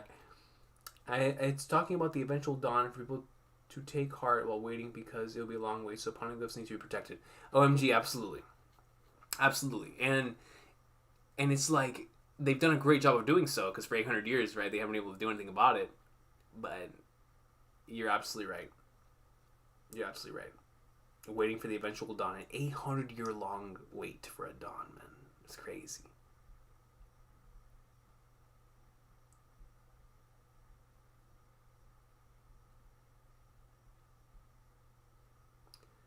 Herlock Sholmes, Kaidos, Yamato's. I'm going to assume there are a few mythical Zoans within the verse. that have. I wouldn't even be surprised if Marco got his Phoenix ability from there as well. I'm going to assume quite a few mythical abilities are from there, right? Like are from the WG or Celestial Dragon Control. They probably want to keep that out of the hands of others. I would like to assume. Which would mean Kaido's ability for sure. From Gas Valley. I just noticed you said Gas Valley. Gas Valley. Yeah, DJ, bro. I'm telling you. Voice Entry flashback, Kuma flashback, God Valley flashback. It's like so much. So much. You know, as you mentioned something, I've thought about that a lot too. About the whole Sons of David thing. The lineage of David, right? Where it starts from there, eventually keeps going, right? And there's so many important individuals within the Bible that carry on that lineage from David. Very well could be a source of inspiration as well. Jesus coming in with a 5 and says, favorite this year, loved every second of it. Wapple is the GOAT, future king of the world. Shout out to Wapple, man. Seriously. Was trying to make the stream, but sleep is important. Jesus, I understand. Trust me, I understand. If I could have done this earlier, I would have. I definitely would have. But I might have to agree with you, Jesus. You know, this chapter was really special. This undoubtedly was one of the all-time greats. I love this chapter with every fiber of my being. This chapter has everything I love about this series in a single span. It was instant messenger. Man, I still can't believe it. I can't believe what we saw, dude. Like, crazy Jesus, man. But thank you for the 5. Pluto! Shout out to Pluto, yo. Thanks for the past 10 years of the channel. Enjoyed your videos since Dressrosa all the way till now. Pluto, man. Another person who's been here for God so many years, yo. Nothing but love to you, Pluto, man. Seriously, yo. Dressrosa. What? Feels like an eternity ago, you know? Truly does. Truly does. Feel like an eternity ago. Lore Piece is the yummiest.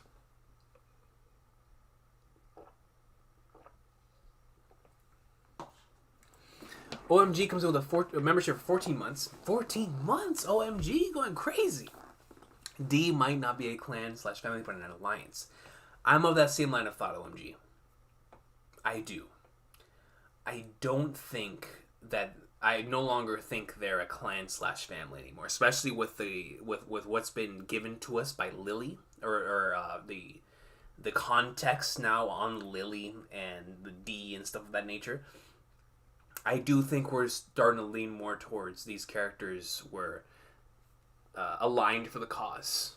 And so the people who were aligned for the cause and in this alliance, like you say, were given and penned in the letter D. I do believe we're heading down that route, OMG. I'm right there with you.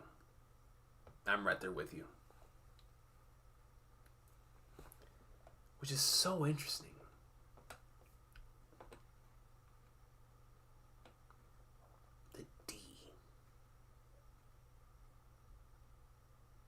I wonder if we're going to get, whenever we find out what D actually means, I wonder if that in of itself is going to be an aha moment of like another big connection.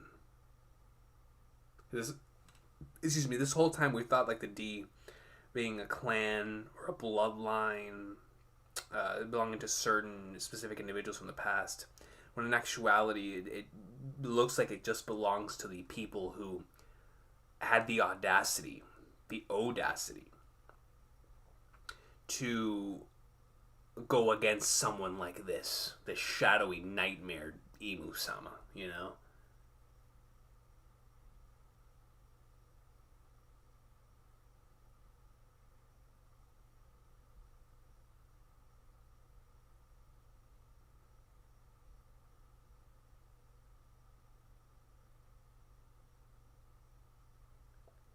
Herlock Sholm says, do you think the Four Kingdom Coalition mentioned in this chapter will play a bigger role? Maybe Lucia spearheaded it. Oh, yeah, I mean, potentially. I would say so, Herlock Sholmes. I think that's what we're heading into with the Revolutionary Army stuff, honestly.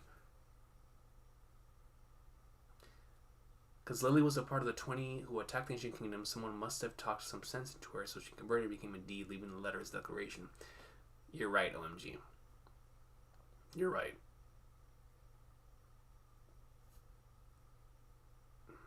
I wouldn't be surprised if Lily's letter and Joy Boy's apology were sent at around the same time. Around the same time that this plan, this larger plan Emu was talking about in this chapter, started to become a thing.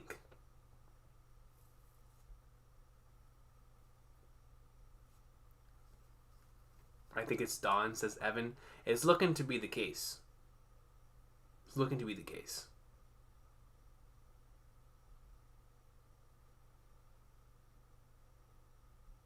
It is insane, Bazooka. It is legitimately insane.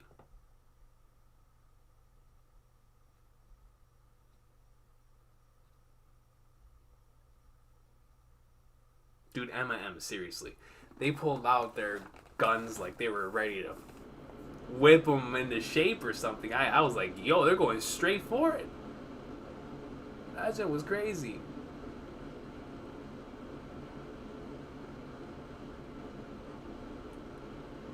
Recon, did you see MJF versus Darby Allin? Dude, that match was incredible, Winston. Incredible, man. It was a great show. The entire show was great. Cam says Lily sabotaged Emu by disguising the poneglyphs as sake and having them shipped out of Weaverstown, Old Wano, where both poneglyphs and straws were created. Big sake is the key. Ah, so you're putting big sake as the key. That's interesting. Lily sabotaged Emu by disguising the poneglyphs as sake and having them shipped out of Weaverstown. The sake... what was it? The sake I brewed to drink with you. Straw Hat Luffy. The title, chapter 1000. The 999 and 1000. Ah, that's interesting, Cam. Connecting Big Sake into the Lily stuff.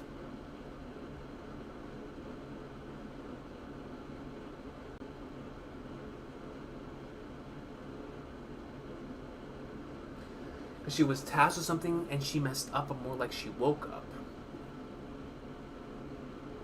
Oh, interesting. It's like whenever they talk sense into her, like you said, that's whenever like she sort of like became enlightened to this plan, to what would take place in the future, reaching that like state of enlightenment.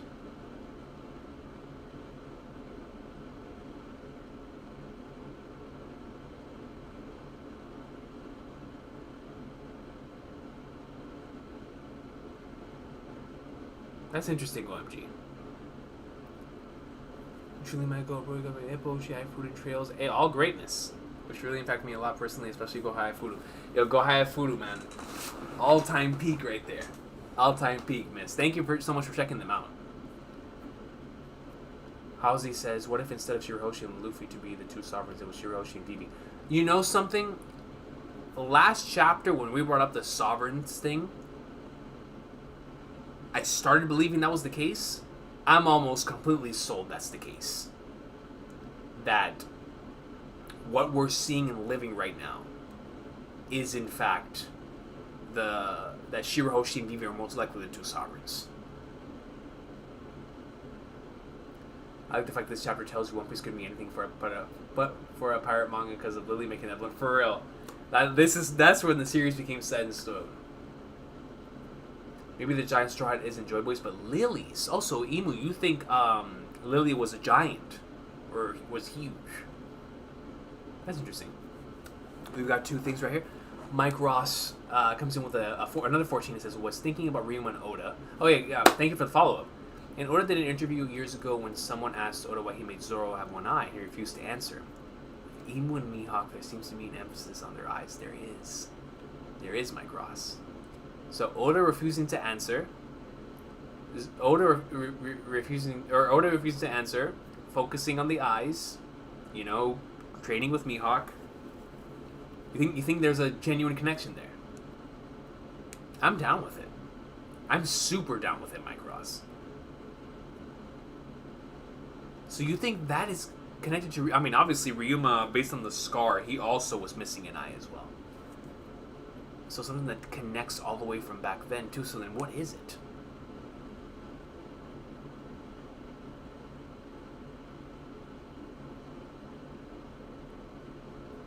What is it?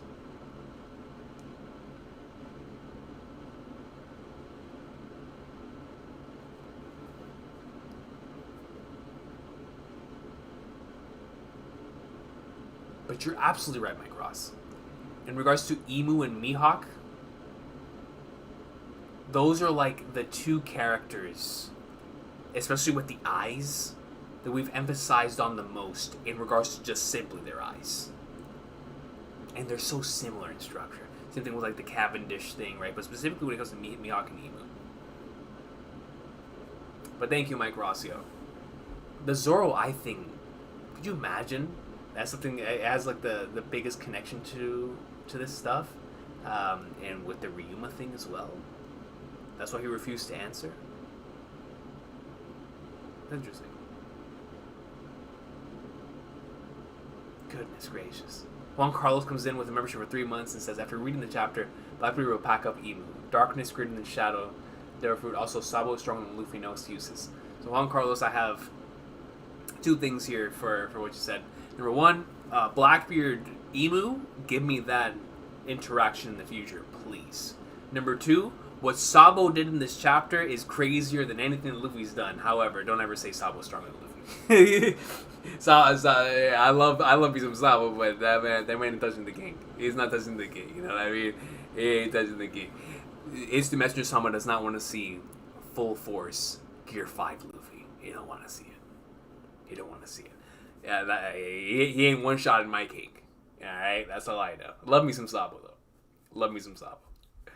What he did in this chapter was literally legendary. Like, absolutely one of the greatest moments. Hazzy says, yo, stream going for 3+ hours, you know it's going to be another level. I'm trying to end it, I just can't. It's such a good chapter. Like, it's a 3.5 hour stream, man. This is crazy. This is flipping crazy. Pluto says, did you see the English of episode 1000 getting a theater premiere? I did not see that. Is he really getting a theater premiere? The English dub of episode 1000 is getting a theater premiere? What? Dude, I didn't know that. Oh, I'm gonna have to search that up tomorrow. Or today.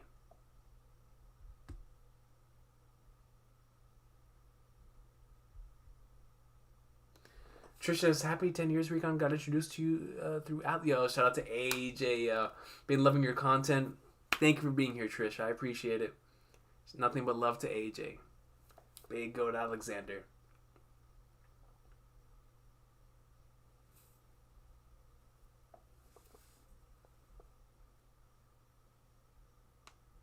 OMG, you think that that arrow thing is like a demon tail? That's interesting.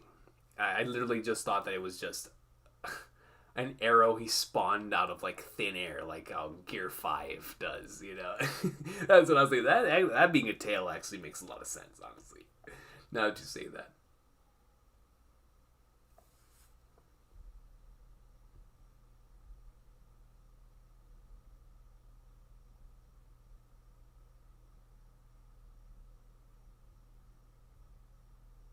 Good Lord, man. Dude, my throat's been shot since like the 1 hour mark. Actually, no, my throat has been shot since like the 30-minute mark. We're now at 3 hours and 30 minutes.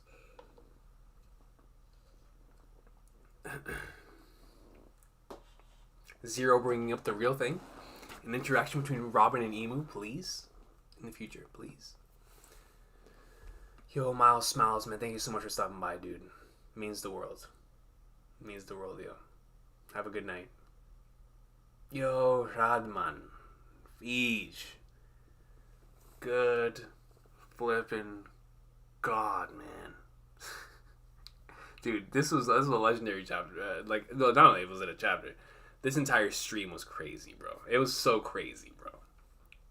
Like, insane, man. But nothing but love to you, my brother. Oh, Scar, they're gonna show at Anime Expo? Well, there goes my chance. I'm not gonna be able to make it to Anime Expo this year. So I'll just have to watch the Twitter videos.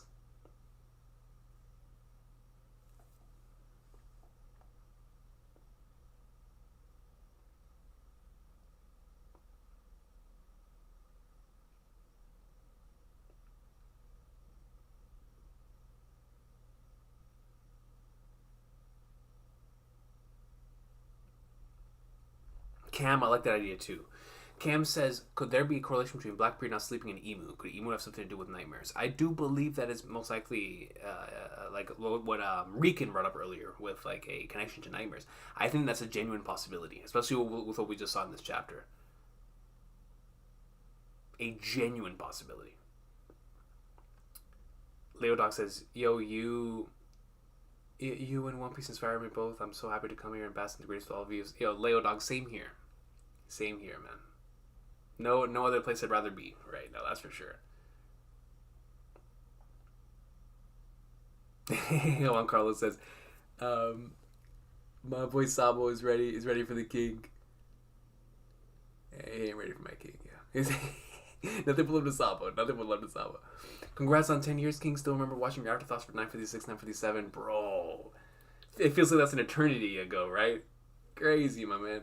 One of my first inspirations to start making content. Appreciate you, Recon. I appreciate you, my brother, man. Thank you so much for the kind words, bro. It's been a great journey. It's been a great journey, bro.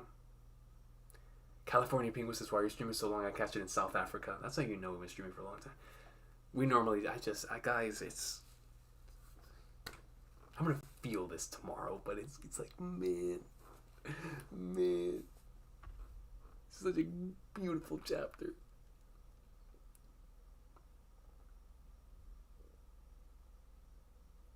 Dude, RN, same here. Same here. Same thing with what OMG said. It's like, I keep trying to sleep, but this is too hyped. Really gotta go, though. Work in a few hours after 10 years again. Yo, OMG, go to bed. It's work time. I'm right there with you on that. But I understand the hype is real. The hype is so real, OMG. Just try to go to sleep and and have a good one. I appreciate you for being here, seriously.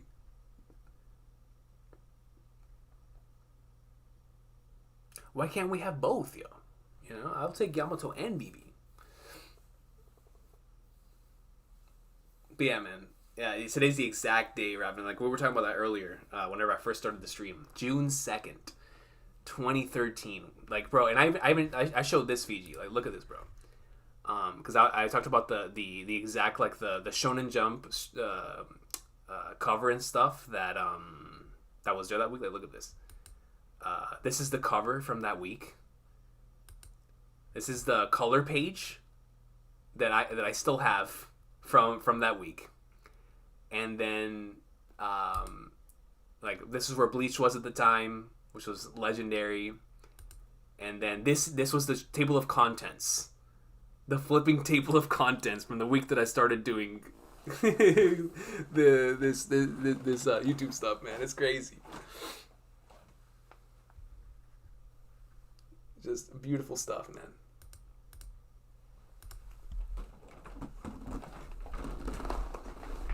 Like, insane.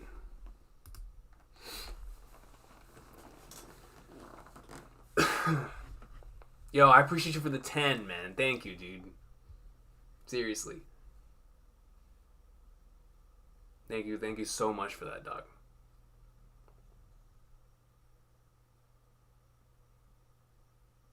Sage, man. Sage, we've been on a journey and a half, dude. Your brother, we studied for 10 years and counting when it comes to the greatness. Goto was cooking so hard. There's so much to go into it when it comes to what we can talk about. Dude, we've been here for almost 4 hours. That's how much stuff there is to talk about, man. It's crazy. It's crazy. So Snoop says, Snoop also believes it's a tail. Like, I don't know what that thing is, man. It's weird.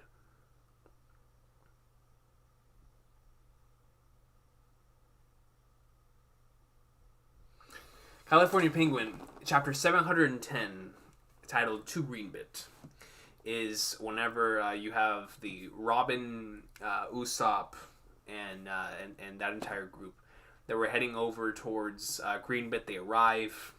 They get to meet the individuals that are there. But before we get to the stuff that took place with the Tontadas, that chapter, if I'm not mistaken, ends with the Nolan collection, or the Nolan connection, which I remember I was so hyped about.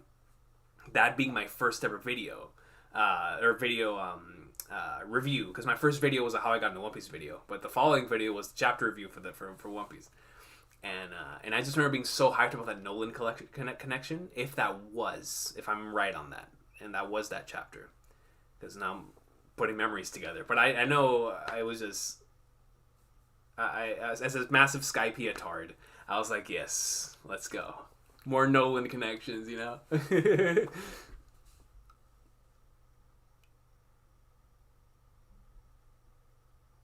Dude, Scar, we talked about that earlier. Like, I still have the image here. Look at this. Oh, no, that's not the right one. This one. Like, bro, look at this World of Wild Things Are image. This is literally what we saw in this chapter with Emu and the squad. Like, my mind is still blown from this, man. This is still the coolest thing ever. Like, look at this. Crazy.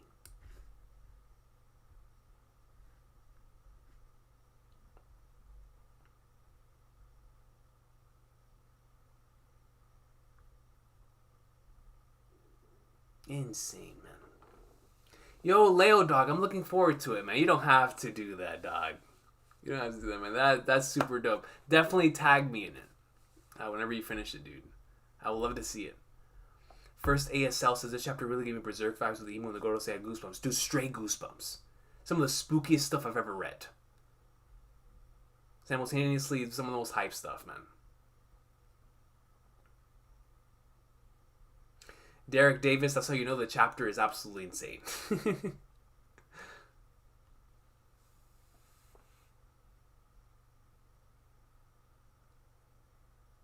That's how you know this chapter was beautiful.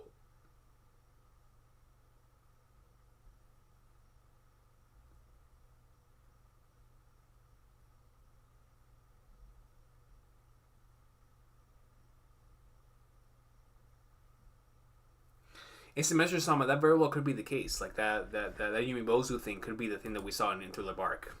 We should finally answer that mystery after all these years. You know.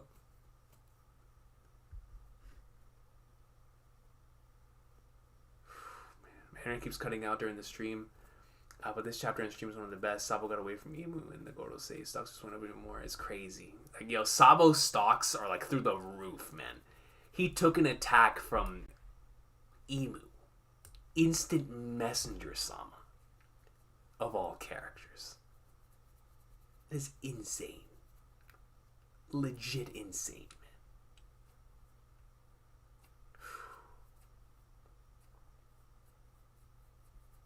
No break next week.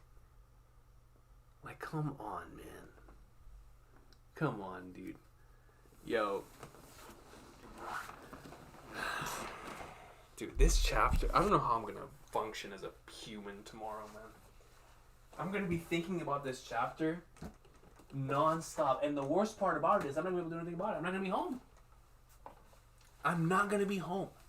I'm going to have to sit there. Yo, if any of y'all, because I'm going to be out tomorrow. If anybody sees me out and about here where I live, pull me over, son. And just like whisper in my ear, Emu-sama. Or I'll be like, son, you read the chapter. You're here. Or like say like the moniker is D. And I'll be like, ooh, I'm here. Let's talk. Let's have a conversation. Like, man. How am I going to function tomorrow, bro? Goodness gracious, dude.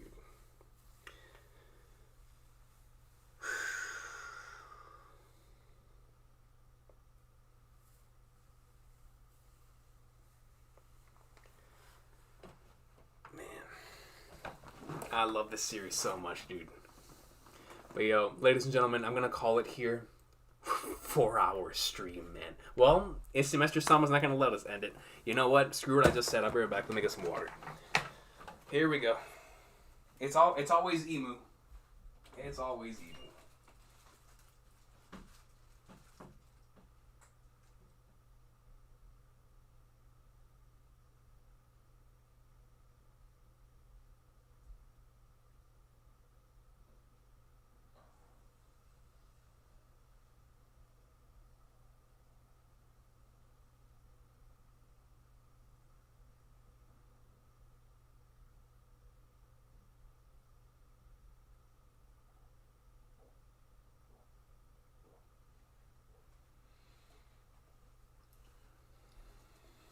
Goodness gracious.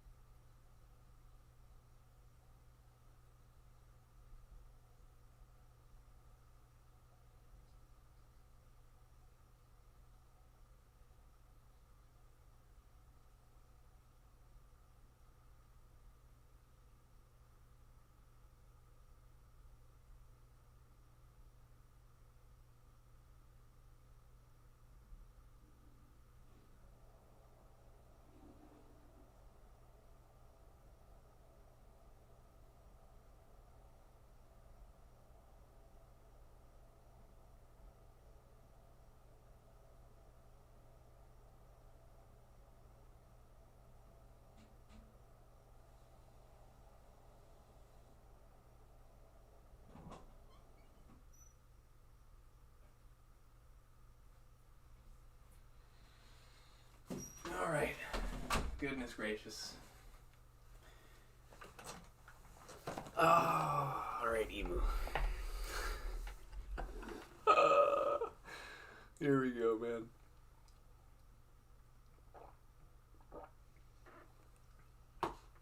Good God. Instant Messenger Sama comes in and says, "Who's buried under that giant straw-hat graveside? Lily or Joy Boy?" I'm gonna say Lily. At least out of those two options, I think if Joy Boy were there, that'd be kind of wild. I'm not gonna put it past Emu, but I don't think I would honestly have more. I'd have more faith in Lily being there than Joy Boy. However, I don't think either of them are there. Specifically because of the disappearance thing. But it could have all been Cap. Well, I know a lot of it was Cap. But Emu... Hey, listen, guys. It's 3 o'clock in the morning. Give me a second to recollect my thoughts here. Yeah. Lily. I would say Lily instead of Joy Boy. To be in the gravesite, personally.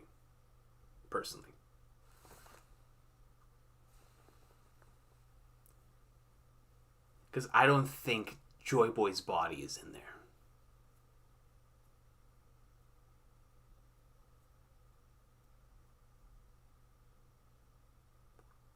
If Joy Boy's body's in there, that's a national treasure. Seriously.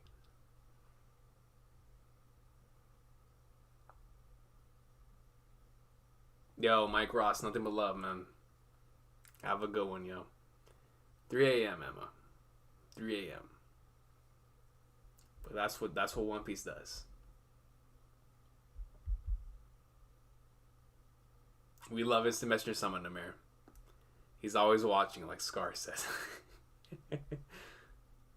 He's always watching.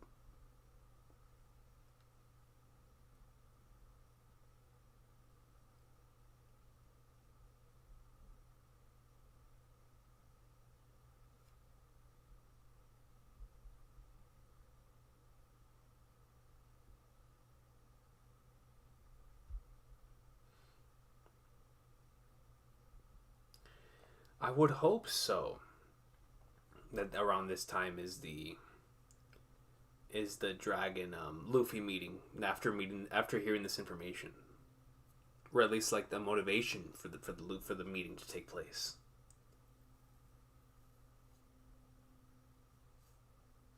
What if Emu originates from wherever the dream such diaries that became their fruits went? Ooh, Mistros, that's a good idea. That leads into what was being stated earlier about the whole God thing. And that would explain why this stuff is being revealed before we get more answers to that. Because what Vegapunk said was just a theory. We need to see that in practice. Right. Yeah, I'm down with that. I'm definitely down with that.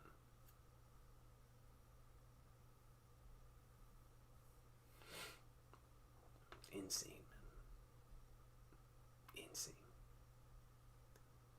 So what I'm going to do, guys, we're going to be here for 6 more minutes. And I'm cutting off the stream at the 4-hour mark. Dude, it's crazy. This is... I don't even know what to say, man. Like, my brain is beyond fried. Like I said earlier, my brain was fried from the moment that this stream started. And it only got worse and worse and worse. For the better. For the better. Yo, this stream is still going, dog. It is still going. But it has been a blast. This stream has been so much fun. Bro, we're still live more Austria. It's a celebration, man. It's a celebration, and not only for the anniversary, but by the flag. What a chapter. All-time chapter deserves all-time community discussion, you know what I mean? And you guys have brought the fire.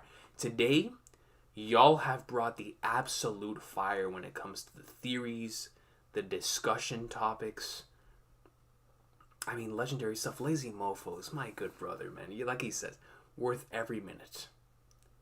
Worth every minute. Longest reaction stream we've done. It's either this or the 1043 chapter. And the reason why I say 1043 is because 1043 is the only night that we did the reaction and the afterthoughts in the same night. Like, we did the reaction that night. That was like 2 hours. And then the afterthoughts, which was like another 2 hours.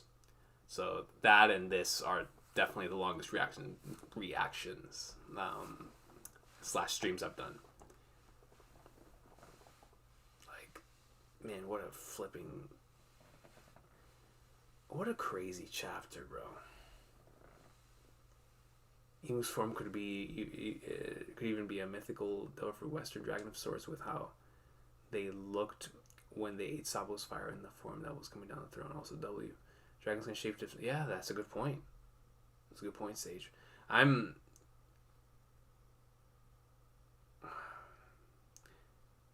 The only thing stopping me from saying it's a Western dragon is because Oda had the dragon specifically for Kaido.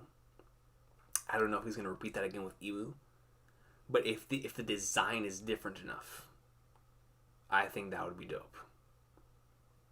It would just have to be different enough from Kaido's. For sure. The shape-shifting thing is crazy to me. What we saw him do in this week's chapter is eat that flame attack. Turn into that massive ball thing. Fire that arrow thumbnail. It was crazy. I was like, what are we doing?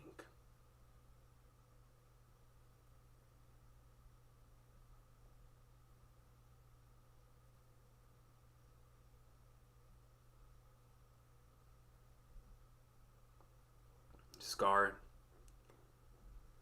When we see what Garcia Saturn actually looks like. And a matter of fact, let me pull up that Where the Wild Things Are image again. It's Garcia Saturn is like this one on the left, like one of the two here on the left. So a Garcia Saturn is going to be packing some sort of craziness, right? based on what we saw there. And shout out to Akash Panda for bringing up the shadow thing and which one is matched up to who. But the ones on the left are definitely Seiji Garcia Saturn. one of the two. So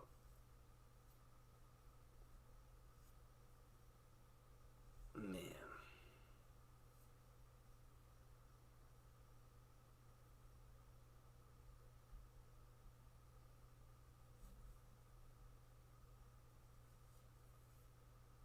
Oh, Emma, that's true.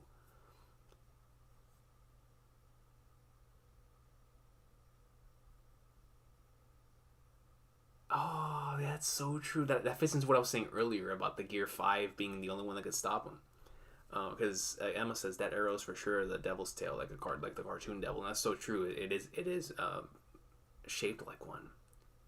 I didn't even think about that. Yeah, that's super super true. Yeah, like Mike Ross says, it could be the cartoon one from Cuphead.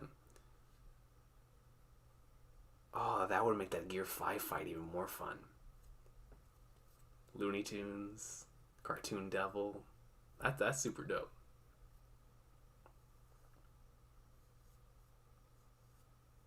It's actually super super cool. I actually like that idea a lot.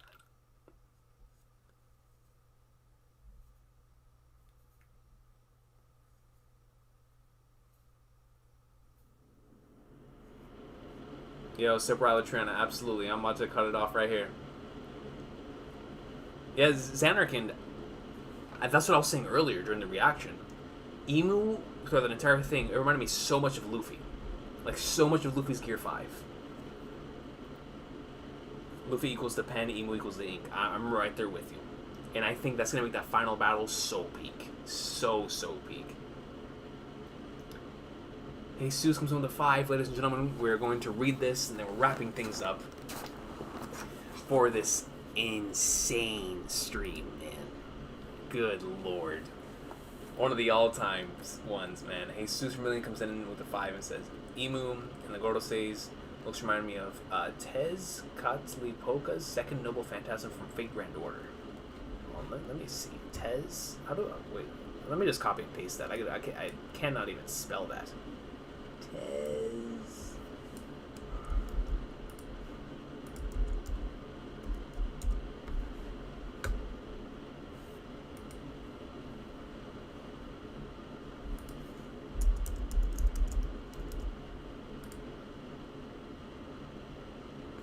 Yo, this thing looks, this character looks really cool.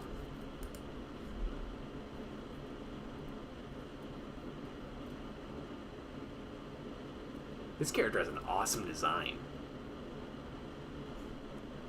Second Noble Phantasm. Second Noble Phantasm. Oh, yeah, dude. This looks super coded. Super, super cool. Emu looks anything like this, and I'm marking out. That looks super cool.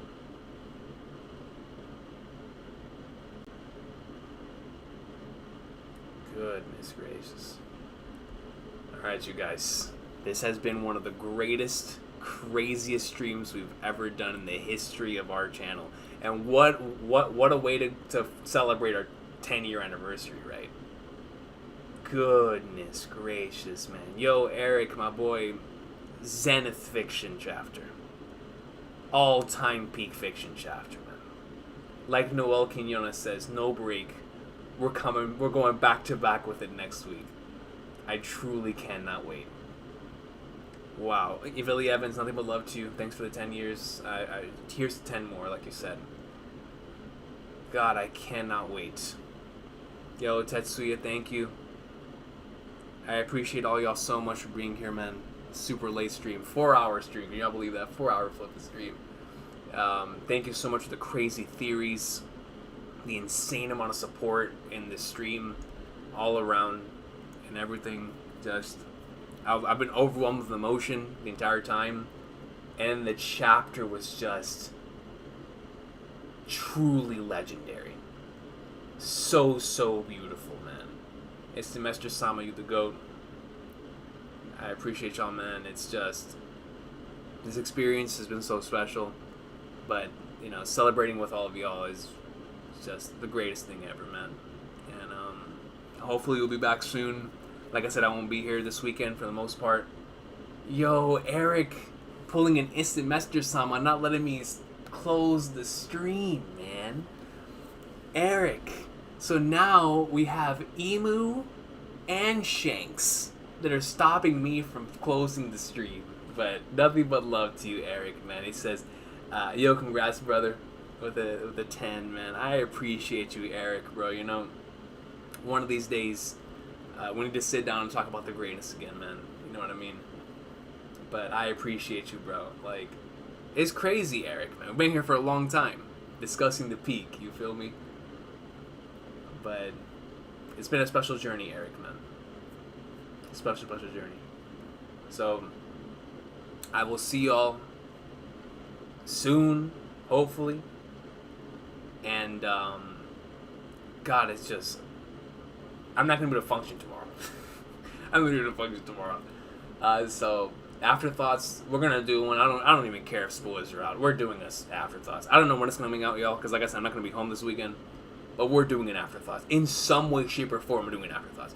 Whether I recorded audio only, video, I recorded in a location like I used to back in the day in a separate thing, I'm recording an Afterthoughts. It's happening. Don't know how. But it's going to happen. So, nothing but love to everyone who showed up. I appreciate y'all. This has been the Chapter 1085 reaction of absolute legendary proportions. Zenith fiction. Peaks of the peak. I will see y'all next time. Holy